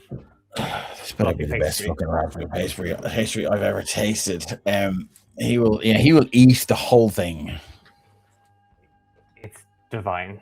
It's like. Oh man. Okay. So I think he will he'll say, I see. Well, yeah. I'm seeing young Archibald in a short amount of time. I should probably go and check in with him. He obviously when he returns. Yes, when he returns. If he's anything like his father, that expedition into the vaults won't do him any wrong. And he spoke of such amazing treasures down there, Bill. Oh, he was so excited. And that is where we are going to cut to Inez and Theron. Sorry, not sorry, Dave.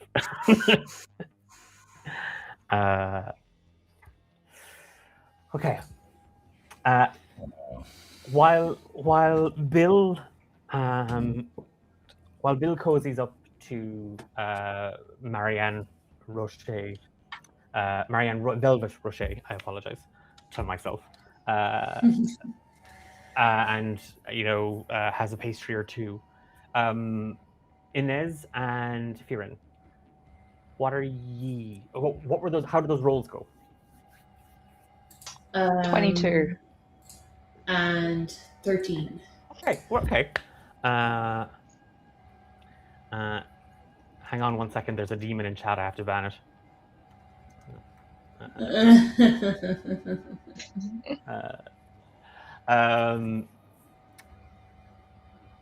Okay.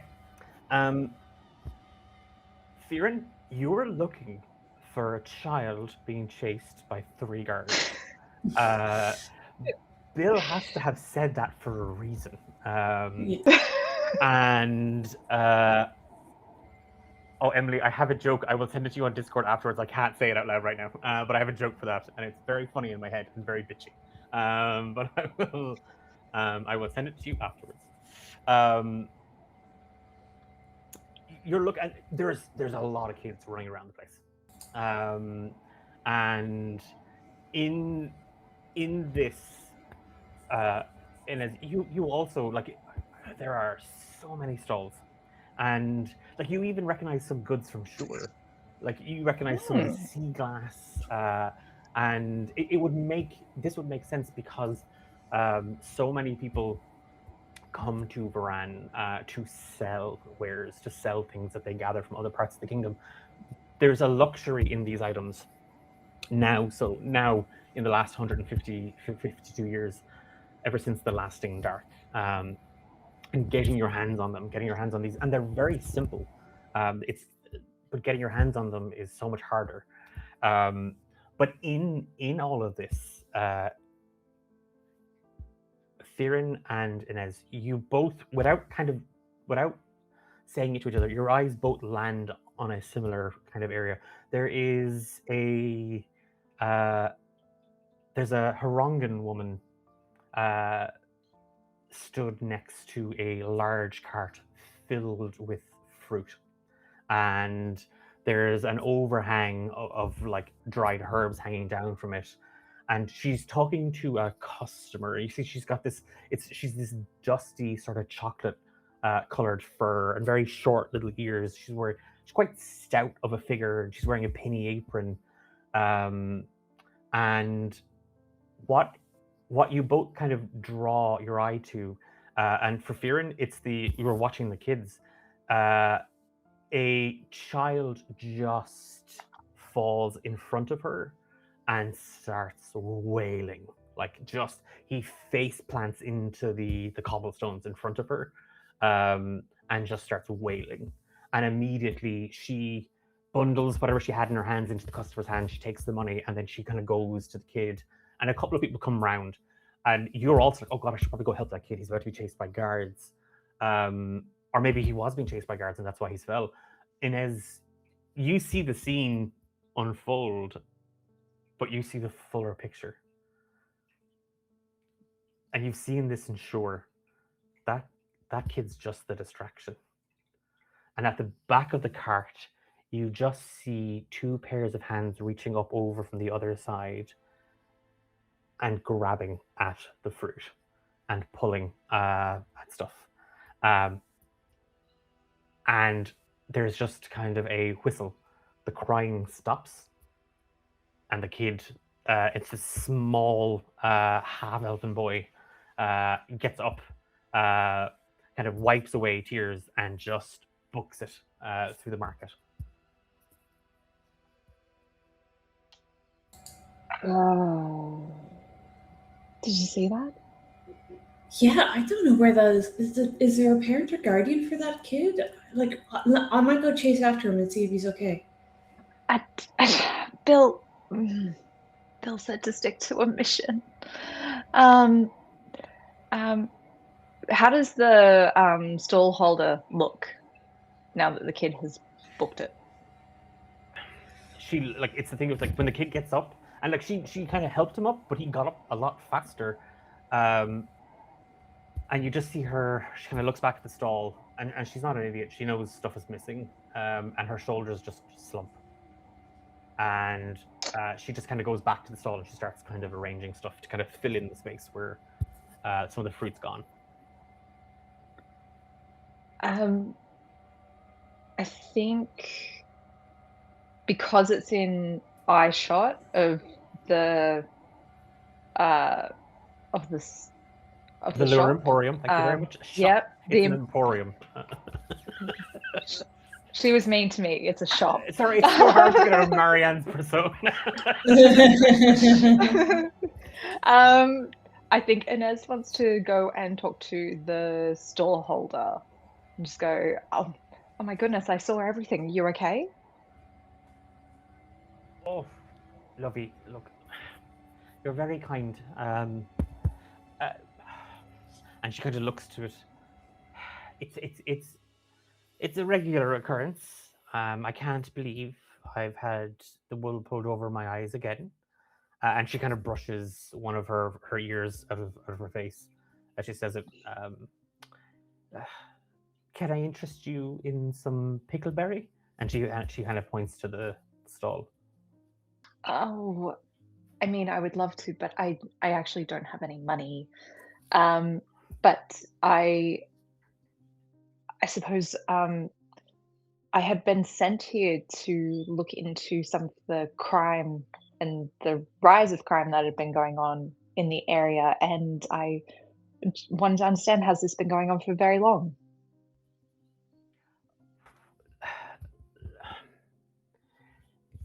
Long enough. long enough to see that I'm, and she's kind of looking. The inventory is moving, but the coin doesn't follow it. But look, needs must, I would imagine, and I'm getting by. I'm getting by. The Emberlight Guild. Yes. Hi.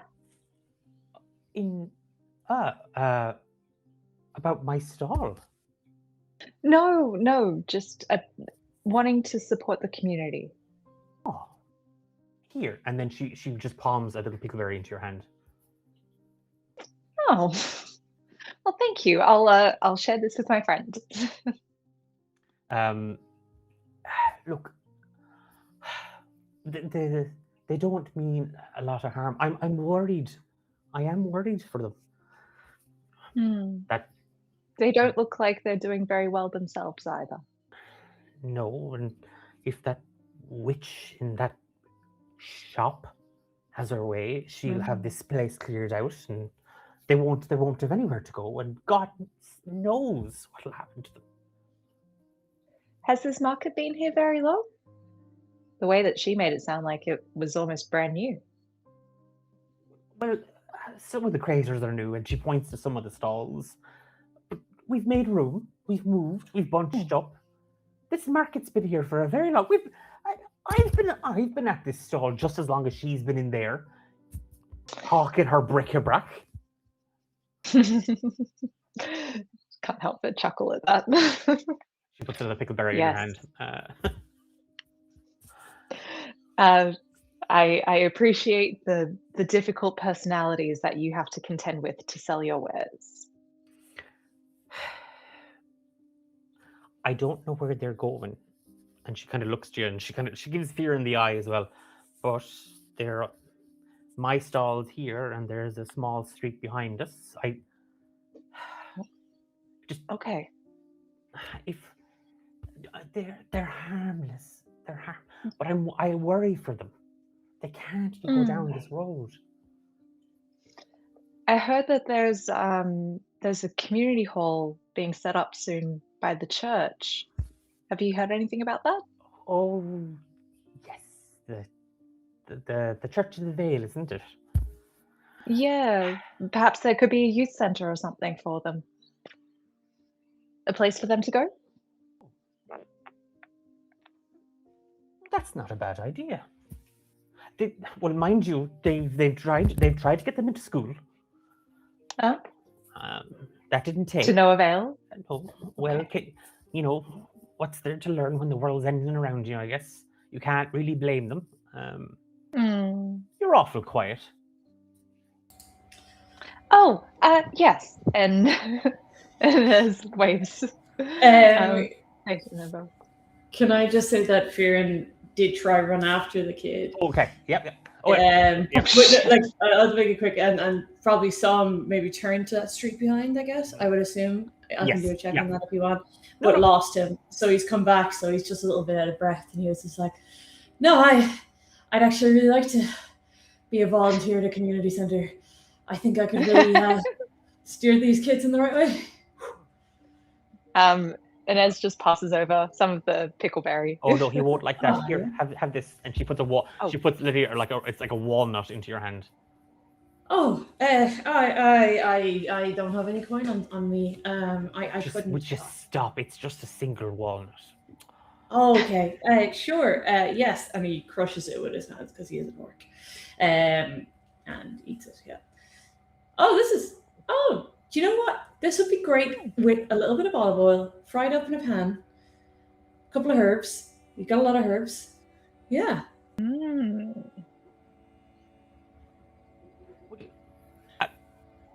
It's a really good quality walnut. I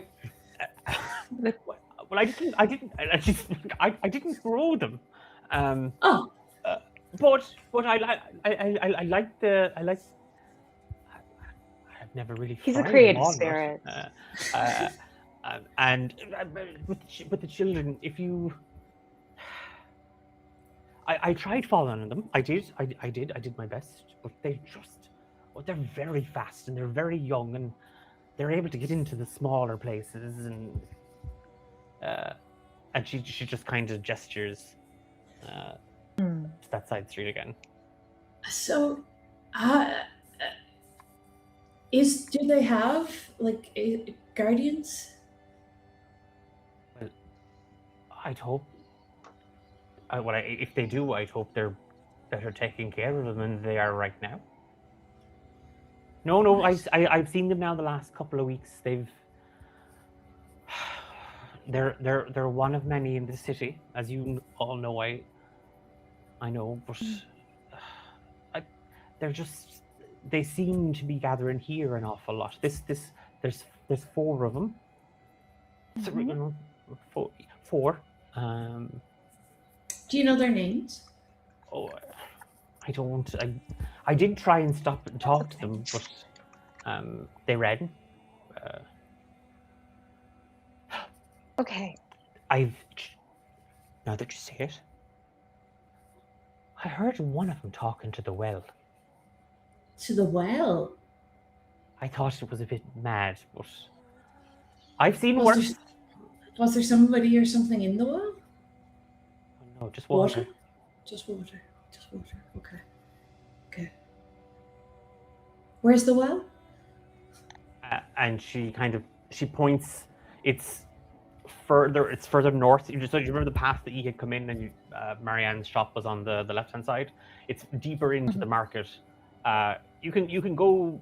There's like all these little intercutting little small shop streets and alleyways, but you can get to it just as directly here through the main thoroughfare of the market.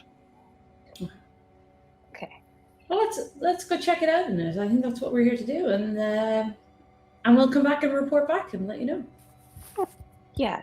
Thank you so That's much for your very help. official. I've never had anybody report back to me. Just a turn of phrase, and I just really love those walnuts, to be honest. She does get a little disappointed when you tell her it's just a turn of phrase.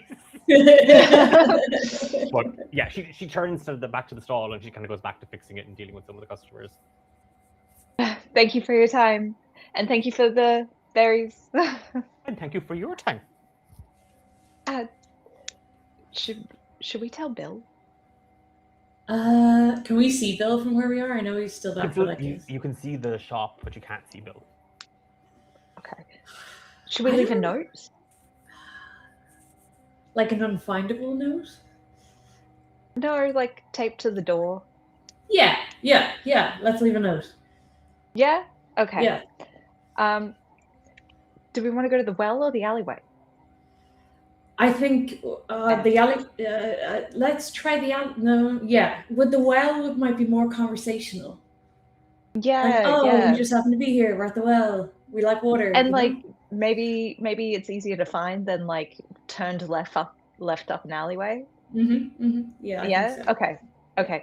And so Inez like scrolls just on a spare bit of parchment that she still carried from writing a note to her aunt. Saw some kids gone towards well. Fruit lady nice. And then I sign it from Faerun. And then kind of just like stick that onto like between the grates of the door, and we go before she has a reaction. She takes an opportunity attack as you move out of her combat space. You again kind of slipping the note like kind of into the seam of the door so that it kind of holds. Inez, as you kind of put it in place, you can just see Bill, part of him, and he's eating pastries. Like you just see his hand reaching for like a little like a little pastry. He seems fine, but they are sitting very close together.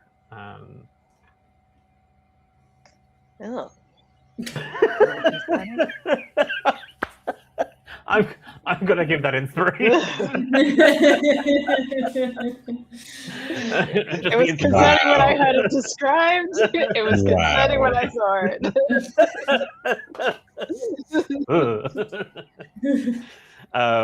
She's the real BDG.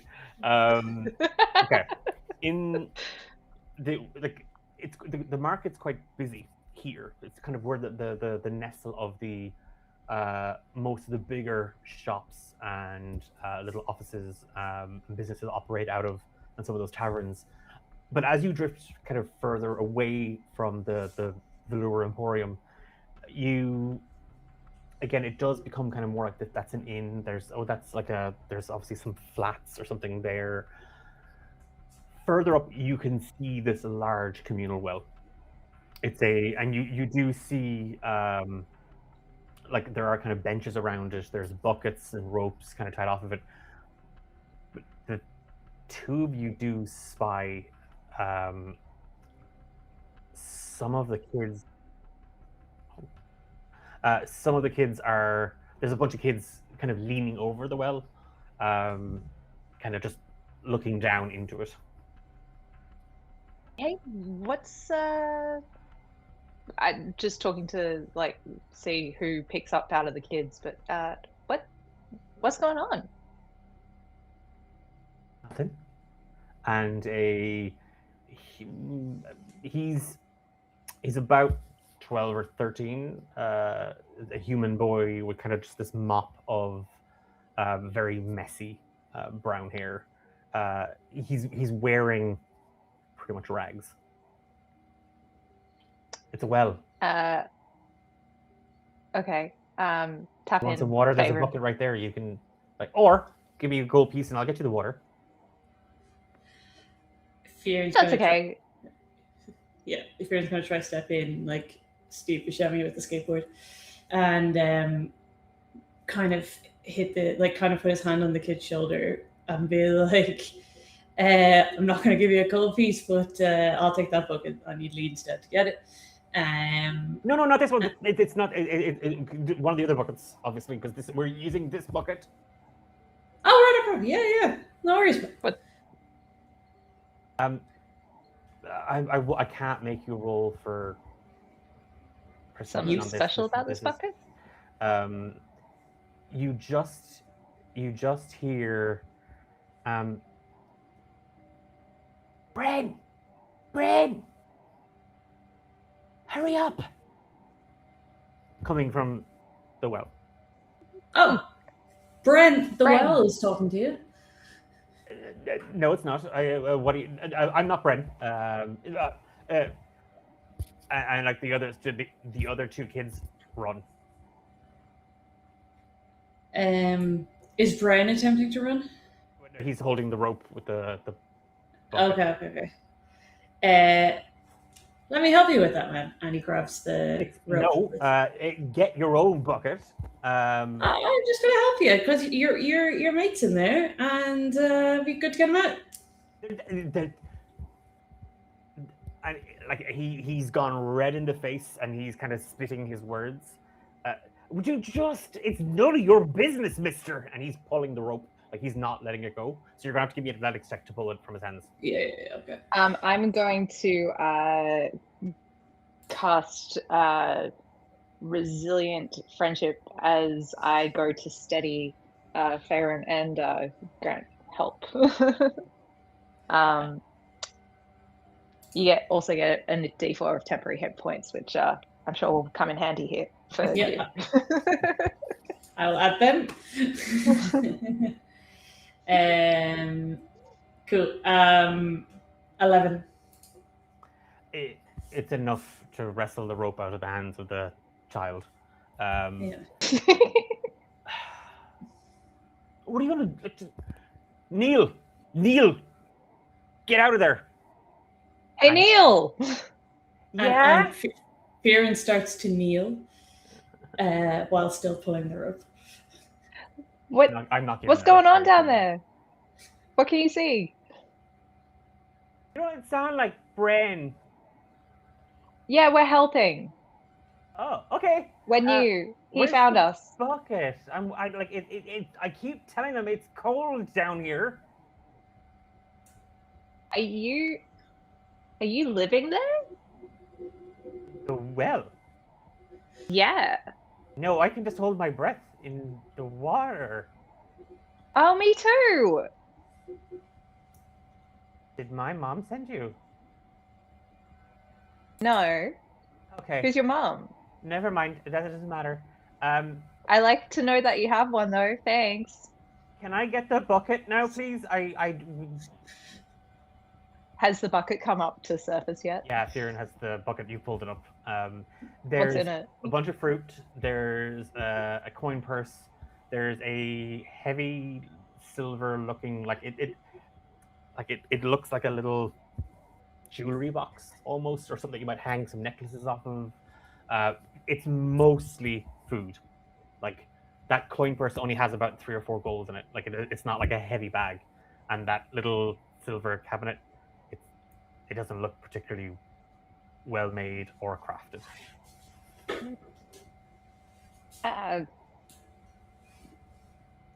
I would like to talk to Brendan. What are you guys doing? Nothing.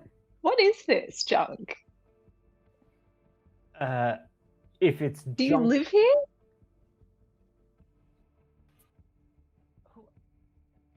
who are you? Like, wait, you're not the guards. Give me back my bucket. And he's now pulling Farron on the bucket. No. Where's your mom? Kieran is just going to hold it over his head. Inez is just going to boost that up a little bit. All kind. Neil, just go for it, buddy. I'll meet you at the spot, okay? And you just hear okay from below, and then there's just a splashing sound. Where's the spot, Bren?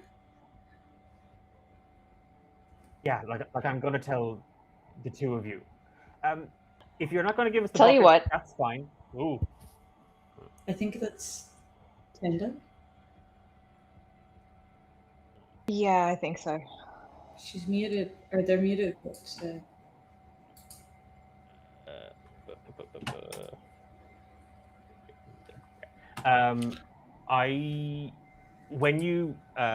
He's just so resistant to this. So what are you trying to are you interrogating him, or is it are we intimidating him? Are we trying to persuade him into telling us bits and pieces?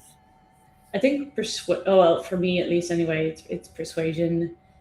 Yeah, for sure. Yeah. Persuasion, and I just kind of want a bit more like insight into what Brent is most worried about. Yeah. Just more questions like, are you okay? Like, are you hungry? Do you want to come to the guild and we'll make you a meal, kind of thing? Yeah, I can see you have lots of fruit. Like, you save it up for something. Inez, if you want to give me an insight check, and Fiona, if you want to give me the persuasion check, just normally if you're giving like the help action to persuade, I'd say yeah, you can roll. You're both rolling the same thing, so one of you roll with advantage. But Bren doesn't trust. Yeah.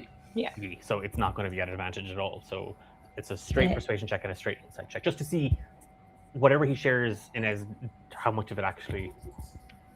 It's an 18. 21. Okay. We're so honest.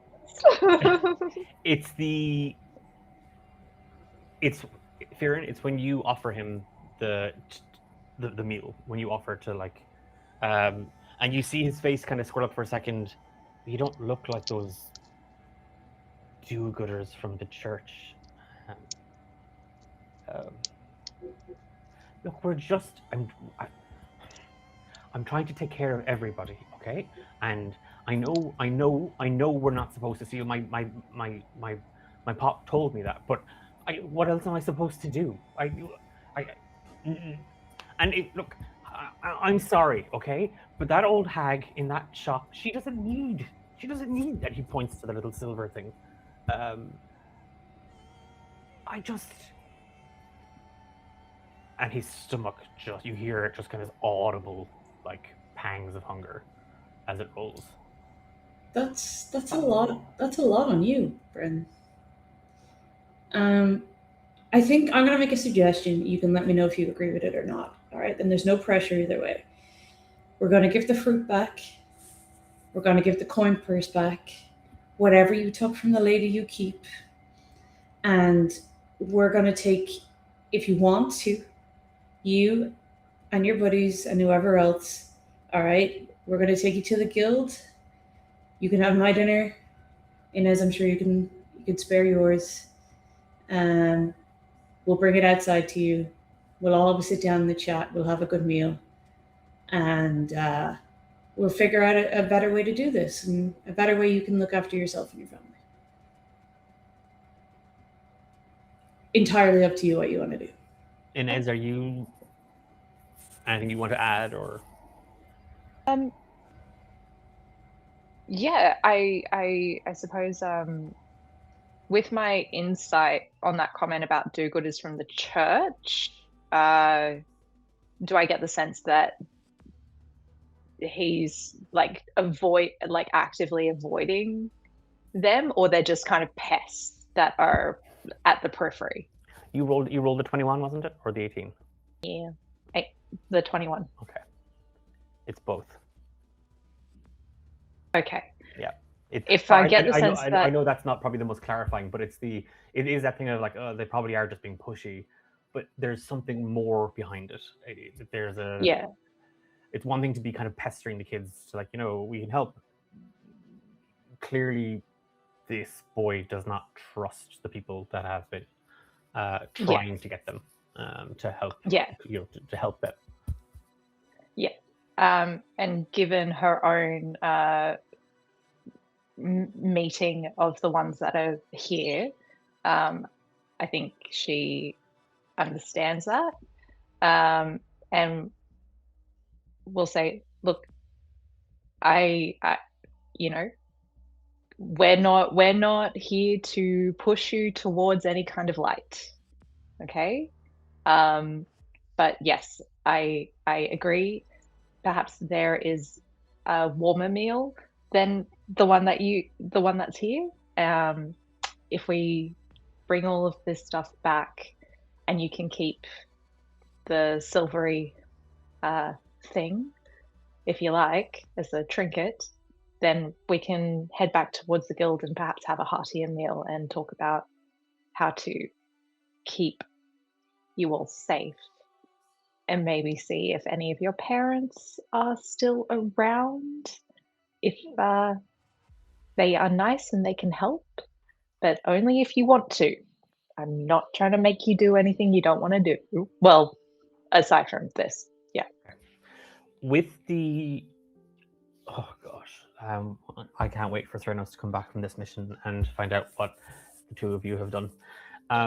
With this, having convinced Bren that at the very least there's a warm meal for them at the guild, he hesitantly agrees to bring you to where he's been staying, and he leads the pair of you kind of again down these winding side streets and deeper into, like, neither of you are from Varan, and you have been using some of the main roads, the main road from the guild and that southern western gate that ye would often use.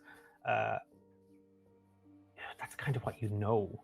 And even today, traveling to Bill's house, you saw these small little homes and houses and these little apartments, and even here in the market. As you cut deeper into the city, so much of what lies on the outside is masking the decay inside.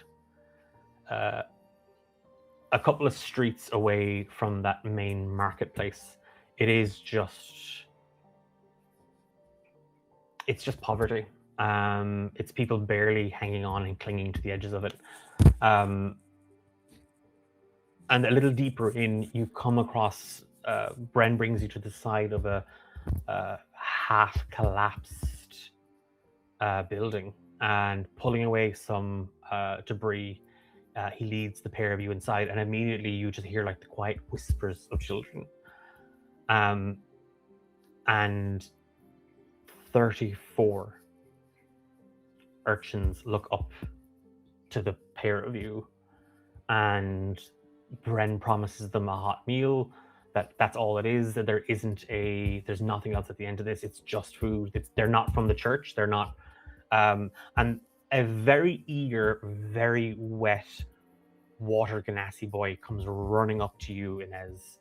And he has just this tangle of seaweed colored hair. It's just this black green mop of hair, and he smells of the well. He smells of the well water, and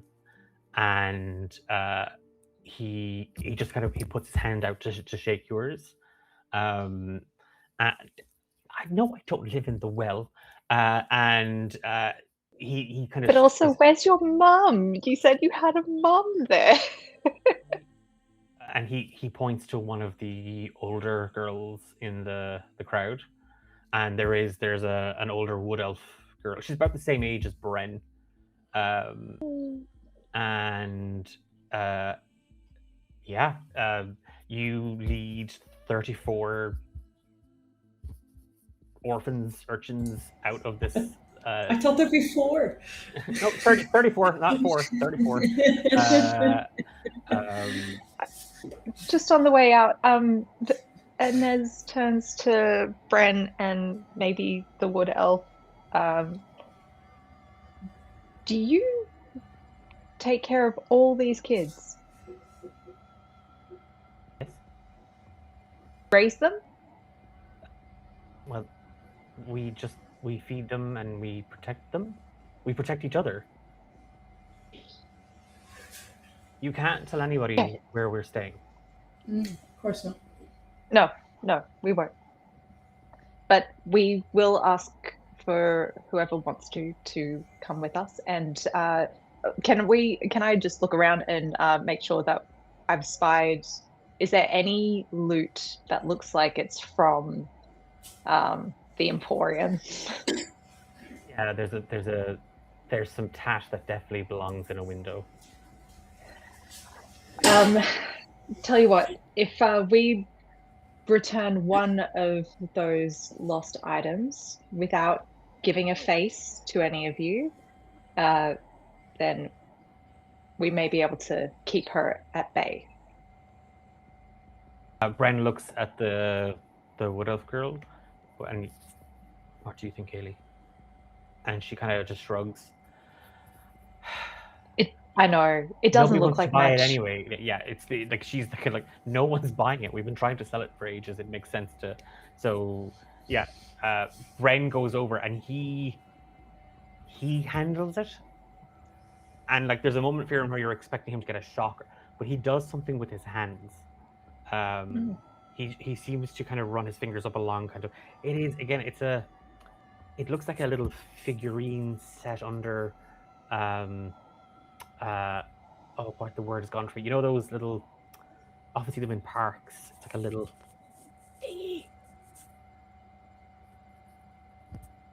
Little canopy with like little columns. The little.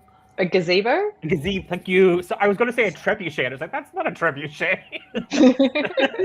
like a bandstand? Yeah, like a little. Like Sound of Music? Yeah. Yeah. It is. It's a little contraption inside a little gazebo, and he kind of it makes kind of a little click sound, and he hands it to you, Inez. Okay. Thank you. Are you leading them back to the market square and towards the guild to get Bill and stuff? Tell you what, I think we can't have 30-something orphans with us when we go back.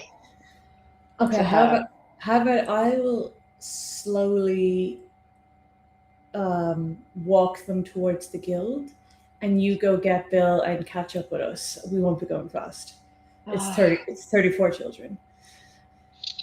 She does hate me though. She also, I don't think she hates me that much. We could I swap think- roles. Yeah, I think that would probably go well. Like, and you'll have this, so Yes. Yeah. just gotta like that. Yeah.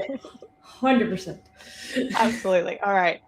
Look, I'll go the long way round, and actually, Brent, look, I know we're not going there, and I don't want to actually.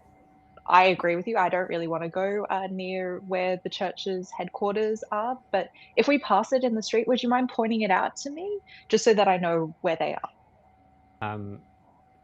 So we're gonna do this in sort of a kind of a little montage. Inez kind of goes one direction, and occasionally Bren has to kind of no, it's not down that way, it's this way. Sorry. And he's kind of. I've never left the guild before. This is all so new. Yeah, and Kaylee just kind of she just leans into it shows. Like it's just like. Okay, let me act a little more like you. She did try fine. and pickpocket you. She did try and fleece you on the way. Like she found nothing. There was no money. But so it's a little bit of that. But it's the. You are sort of you're moving parallel to the path you took. They know where the guild is. It's kind of one of the landmarks in the city. But a little further down, about kind of halfway back, he said, Bren just kind of points down another street. If you go all that way to the southeastern gate, they're operating. They're working there. We've stopped going. That's why we're up here now. We're moved here because they're. And he just goes on this like they're just so pushy. Meanwhile, okay. Firen, you rock back up to the Velour Emporium. Bill, Marianne is pointing at the door. Bill, look, graffiti. They've graffitied my entranceway. Yes, this is why I feel move up the hill is the right one for you. I feel you're onto something here that maybe this part of the town is not what it used to be, and the foot traffic is not what you had become used to. Maybe a more salubrious type of customer would suit you better. I'll speak to the clerk at the Rand City Vaults. I think you should. You've inspired me, Bill. You're my muse. I've always said it. I will be your first customer in your new premises. I'm very excited to see. Some more of that delightful cake as well. And of course, the delightful company. Like she just goes bright red, and she lets out this little shrill like. I think it's really, and then there is just this Fear banging on the door because it's bolted. Yeah, he's gonna take the note down first and put it in his pocket, and like with his sleeve, just try wipe off where they stuck it on, and then start banging. Yeah. And Bill, as she goes to like slide and it's a little slim disc of biscuit, but it has a mountain of cream and like a berry puree sort of sitting on. Like she's about to hand feed you this when Fearon just starts banging on the door. I think he'll make a show of like kind of going like this was such a wonderful moment and ruined so that she sort of buys it as well, and I think then he'll just well, my lady, duty calls, and the kindlings do not train themselves, it seems. Work always comes between us, Bill. It really seems that way, my dear, but But you did promise to come visit me in my new emporium. Well, I'm looking forward to it.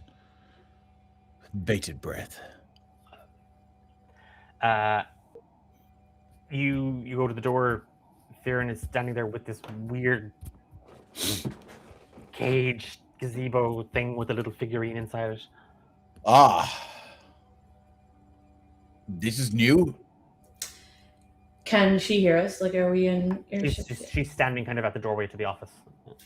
Bill, can I talk to you outside for a minute? Of course. I need How's your the garden advice. going? Yeah, I think we were pretty damn successful, to be honest. Very impressed. But there's a few logistical things I just want to talk to you about, and I need your guidance on I see. I- Well, my lady, he'll turn and he'll kind of make a show looking around to make sure that she's safe, and he'll kind of like maybe sort of just shoo some ne'er do well away, just to sort of ingratiate himself further, and he will say, well, my lady, it's been too long, and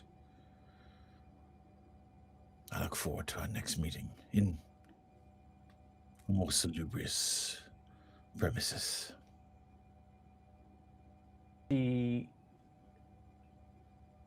fixes you a look, Bill. And can you give me an insight? What's your passive insight? Passive insight's 14.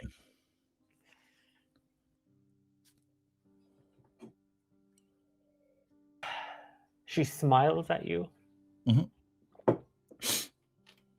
When you say the word salubrious a second time, the polish goes off a little. Okay. Thank you, William. I trust your guards have dealt with the... To the best of their ability, I shall debrief them, and I'll deliver you a report. And I'll deliver the reward to the guild, of course, for your attention. Of course. Can Fearon hear this? Yes, yeah. He's just going to kind of squeeze in past Bill, and at the nearest table or ledge, he's going to leave down the gazebo contraption, and he'll just kind of look her in the eye and say, Marianne, they shouldn't be bothering you again. Where did you find this? It was... I think it's best questions aren't asked, and I think the main thing is that they're not going to come back here. They won't be trouble to you again. She goes over, she picks it up, and she holds it up, and she sees some of the water spots on it and stuff like that. It doesn't matter. It doesn't matter. She has found her way home, and she starts to look around. Do you know what this is? Absolutely not. This is the Canard by Jean Valrock, and she slides it delicately onto a shelf. This is priceless. Ah, like Inez's jewelry. Cool. No, and like that, she just turns to start polishing the. I'll thank you for returning it, obviously, and for dealing with. I assume the thieves have been imprisoned. We are dealing with them currently, yes, and I'm going to talk to Bill to make sure we have to make the right choices in what we do. Thank you. William, a pleasure as always. Of course. Bye. Myself and Archibald back for dinner when he returns from his expedition. Yes, the expedition. I look forward to hearing about that. It's Fearon. But bye. And she waves Bill, she waves you off. You don't exist, Fearon. Yeah, that's fine. Yeah, he'll turn around and go, well, I should look forward. Sorry. I should look forward to hearing about how you acquired that cage and what happened while I was elsewhere. Yeah, so here's the thing. We have 34 children to feed. Okay. And that is where I'm going to have to leave it. Because it's 11:15. But Bill, Firen, and Inez make, because I think Bill, you have to see it to believe it. Where did they find 34 children? And there are 34 children. Valera, in the distance, that headache comes back. And it's, I think it's like, oh, and she kind of shudders at the idea of someone kind of almost walking over her grave as another problem is about to arrive at the Emberlight Guild. Bill is going back home. Oh, you're not going to go back to the guild at all? You're just going to... No, he Okay. He was on his day off. These guys came and found him, and he went and did a job, and he went home. If they want to bring 34 kids back to the guild, they are more than welcome to bring 34 kids back to the guild. Oh, but you're our mentor. How? Dave, you can take a point of inspiration. For abandoning us? Yes, for playing... For having boundaries around his work hours? Yes, I didn't... something that everybody here should learn from. That was a full-time thing. You said live and breathe the mission. Including the consequences. But yes, Bill, you make it back to the house. That smell of turfweed that Balthier had been smoking still lingers in the house. But Inez and Firen, Inez, you're quite lucky because no sooner do you arrive back that you see that the group led by Thranos have been waiting for you to head to Biggest Brother Lake. So now I solo have 34 children. Yes. So can I, as this happens, I see them all like in carriages and horses ready to go, and I just like wave, hi. Oh, so sorry. Just got back from doing a job. And I clock Thranos and like sidle up next to them and go, oh my god, you wouldn't believe the day I had. And before I go, I also turn around and see the other water genasi and just kind of go, see you later, kid. The kid groans. And bound off. The kid groans. Hey, I'm about to go do something else really cool. Bye. And with that, Inez, you meet up with Kialira, Finton, Eric, and Thranos to begin the journey eastwards to Biggest Brother Lake. And Firen, you begin your own journey, and that is finding food to feed 34 of very hungry children. Valara steps out of her office, sees the swarm, and just steps back inside. Yeah, understandable. You have been watching the Emberlight Saga, Trouble at the Old Market. I'm Declan, and I have been your game master. Tonight I was joined by Sam, Emma, and Dave playing an absolute blinder as Inez, Firen, and Old Bill. We're back on Wednesday, actually. We were meant to be doing the Quiet Between on Wednesday, but we're replacing it with an episode of the Lights Under Little Brother Lake. So the concluding part of the quest up in the northeast peninsula of our kingdom here in Phaeton. I've forgotten how I'm supposed to end these streams. My brain just did a complete and total. You say get out, and then okay, get out. No, we're back on Wednesday for another episode of the Emberlight Saga. There's a brand new episode of Romancing the Dungeon just dropped last Friday. So if you've liked what you've seen tonight, if you like what you heard, then it would mean the absolute world to me if you went and you checked out the D8 Dungeons team, a team of D8 Dungeon players, and our work in podcast format. We're also back next Monday for another episode of the Emberlight Saga, because apparently we just can't do enough of it.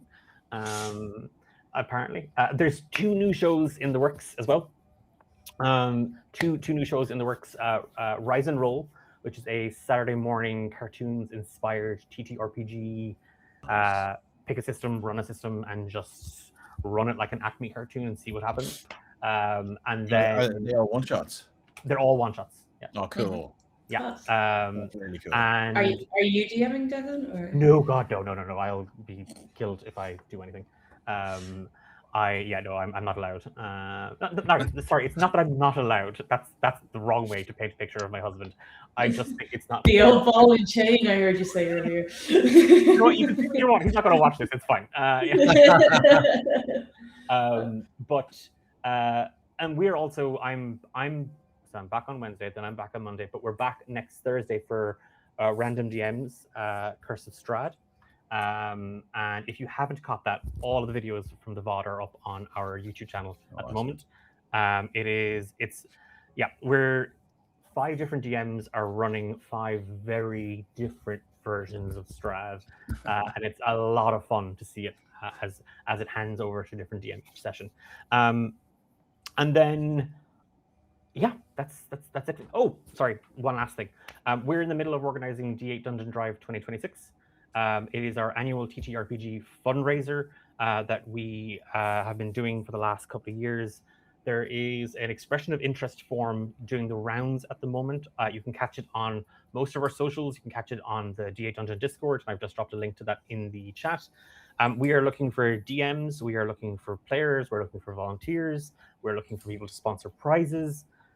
We spend 3 solid days running games back to back, all to raise money for good causes. Last year, we raised just over $14,000 for Project Hope. We want to do that again this time, and then go further if we can. So if you want to get involved, if you want to help out, if you want to play games, check out our Discord server and get involved. D8 Dungeon Mania is very much back on the cards this year. Awesome. And we're hopefully hoping to change it up, because last year it was the EU versus Oz. This year we're looking at the EU versus Oz versus the US and Canada. And where we're going fully global with this.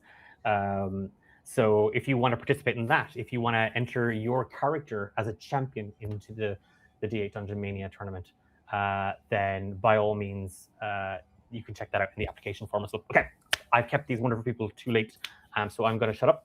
I'm going to leave it there. We're going to go to the credits. I'm going to go raid somebody to keep a little bit of this going, so don't bounce out anywhere.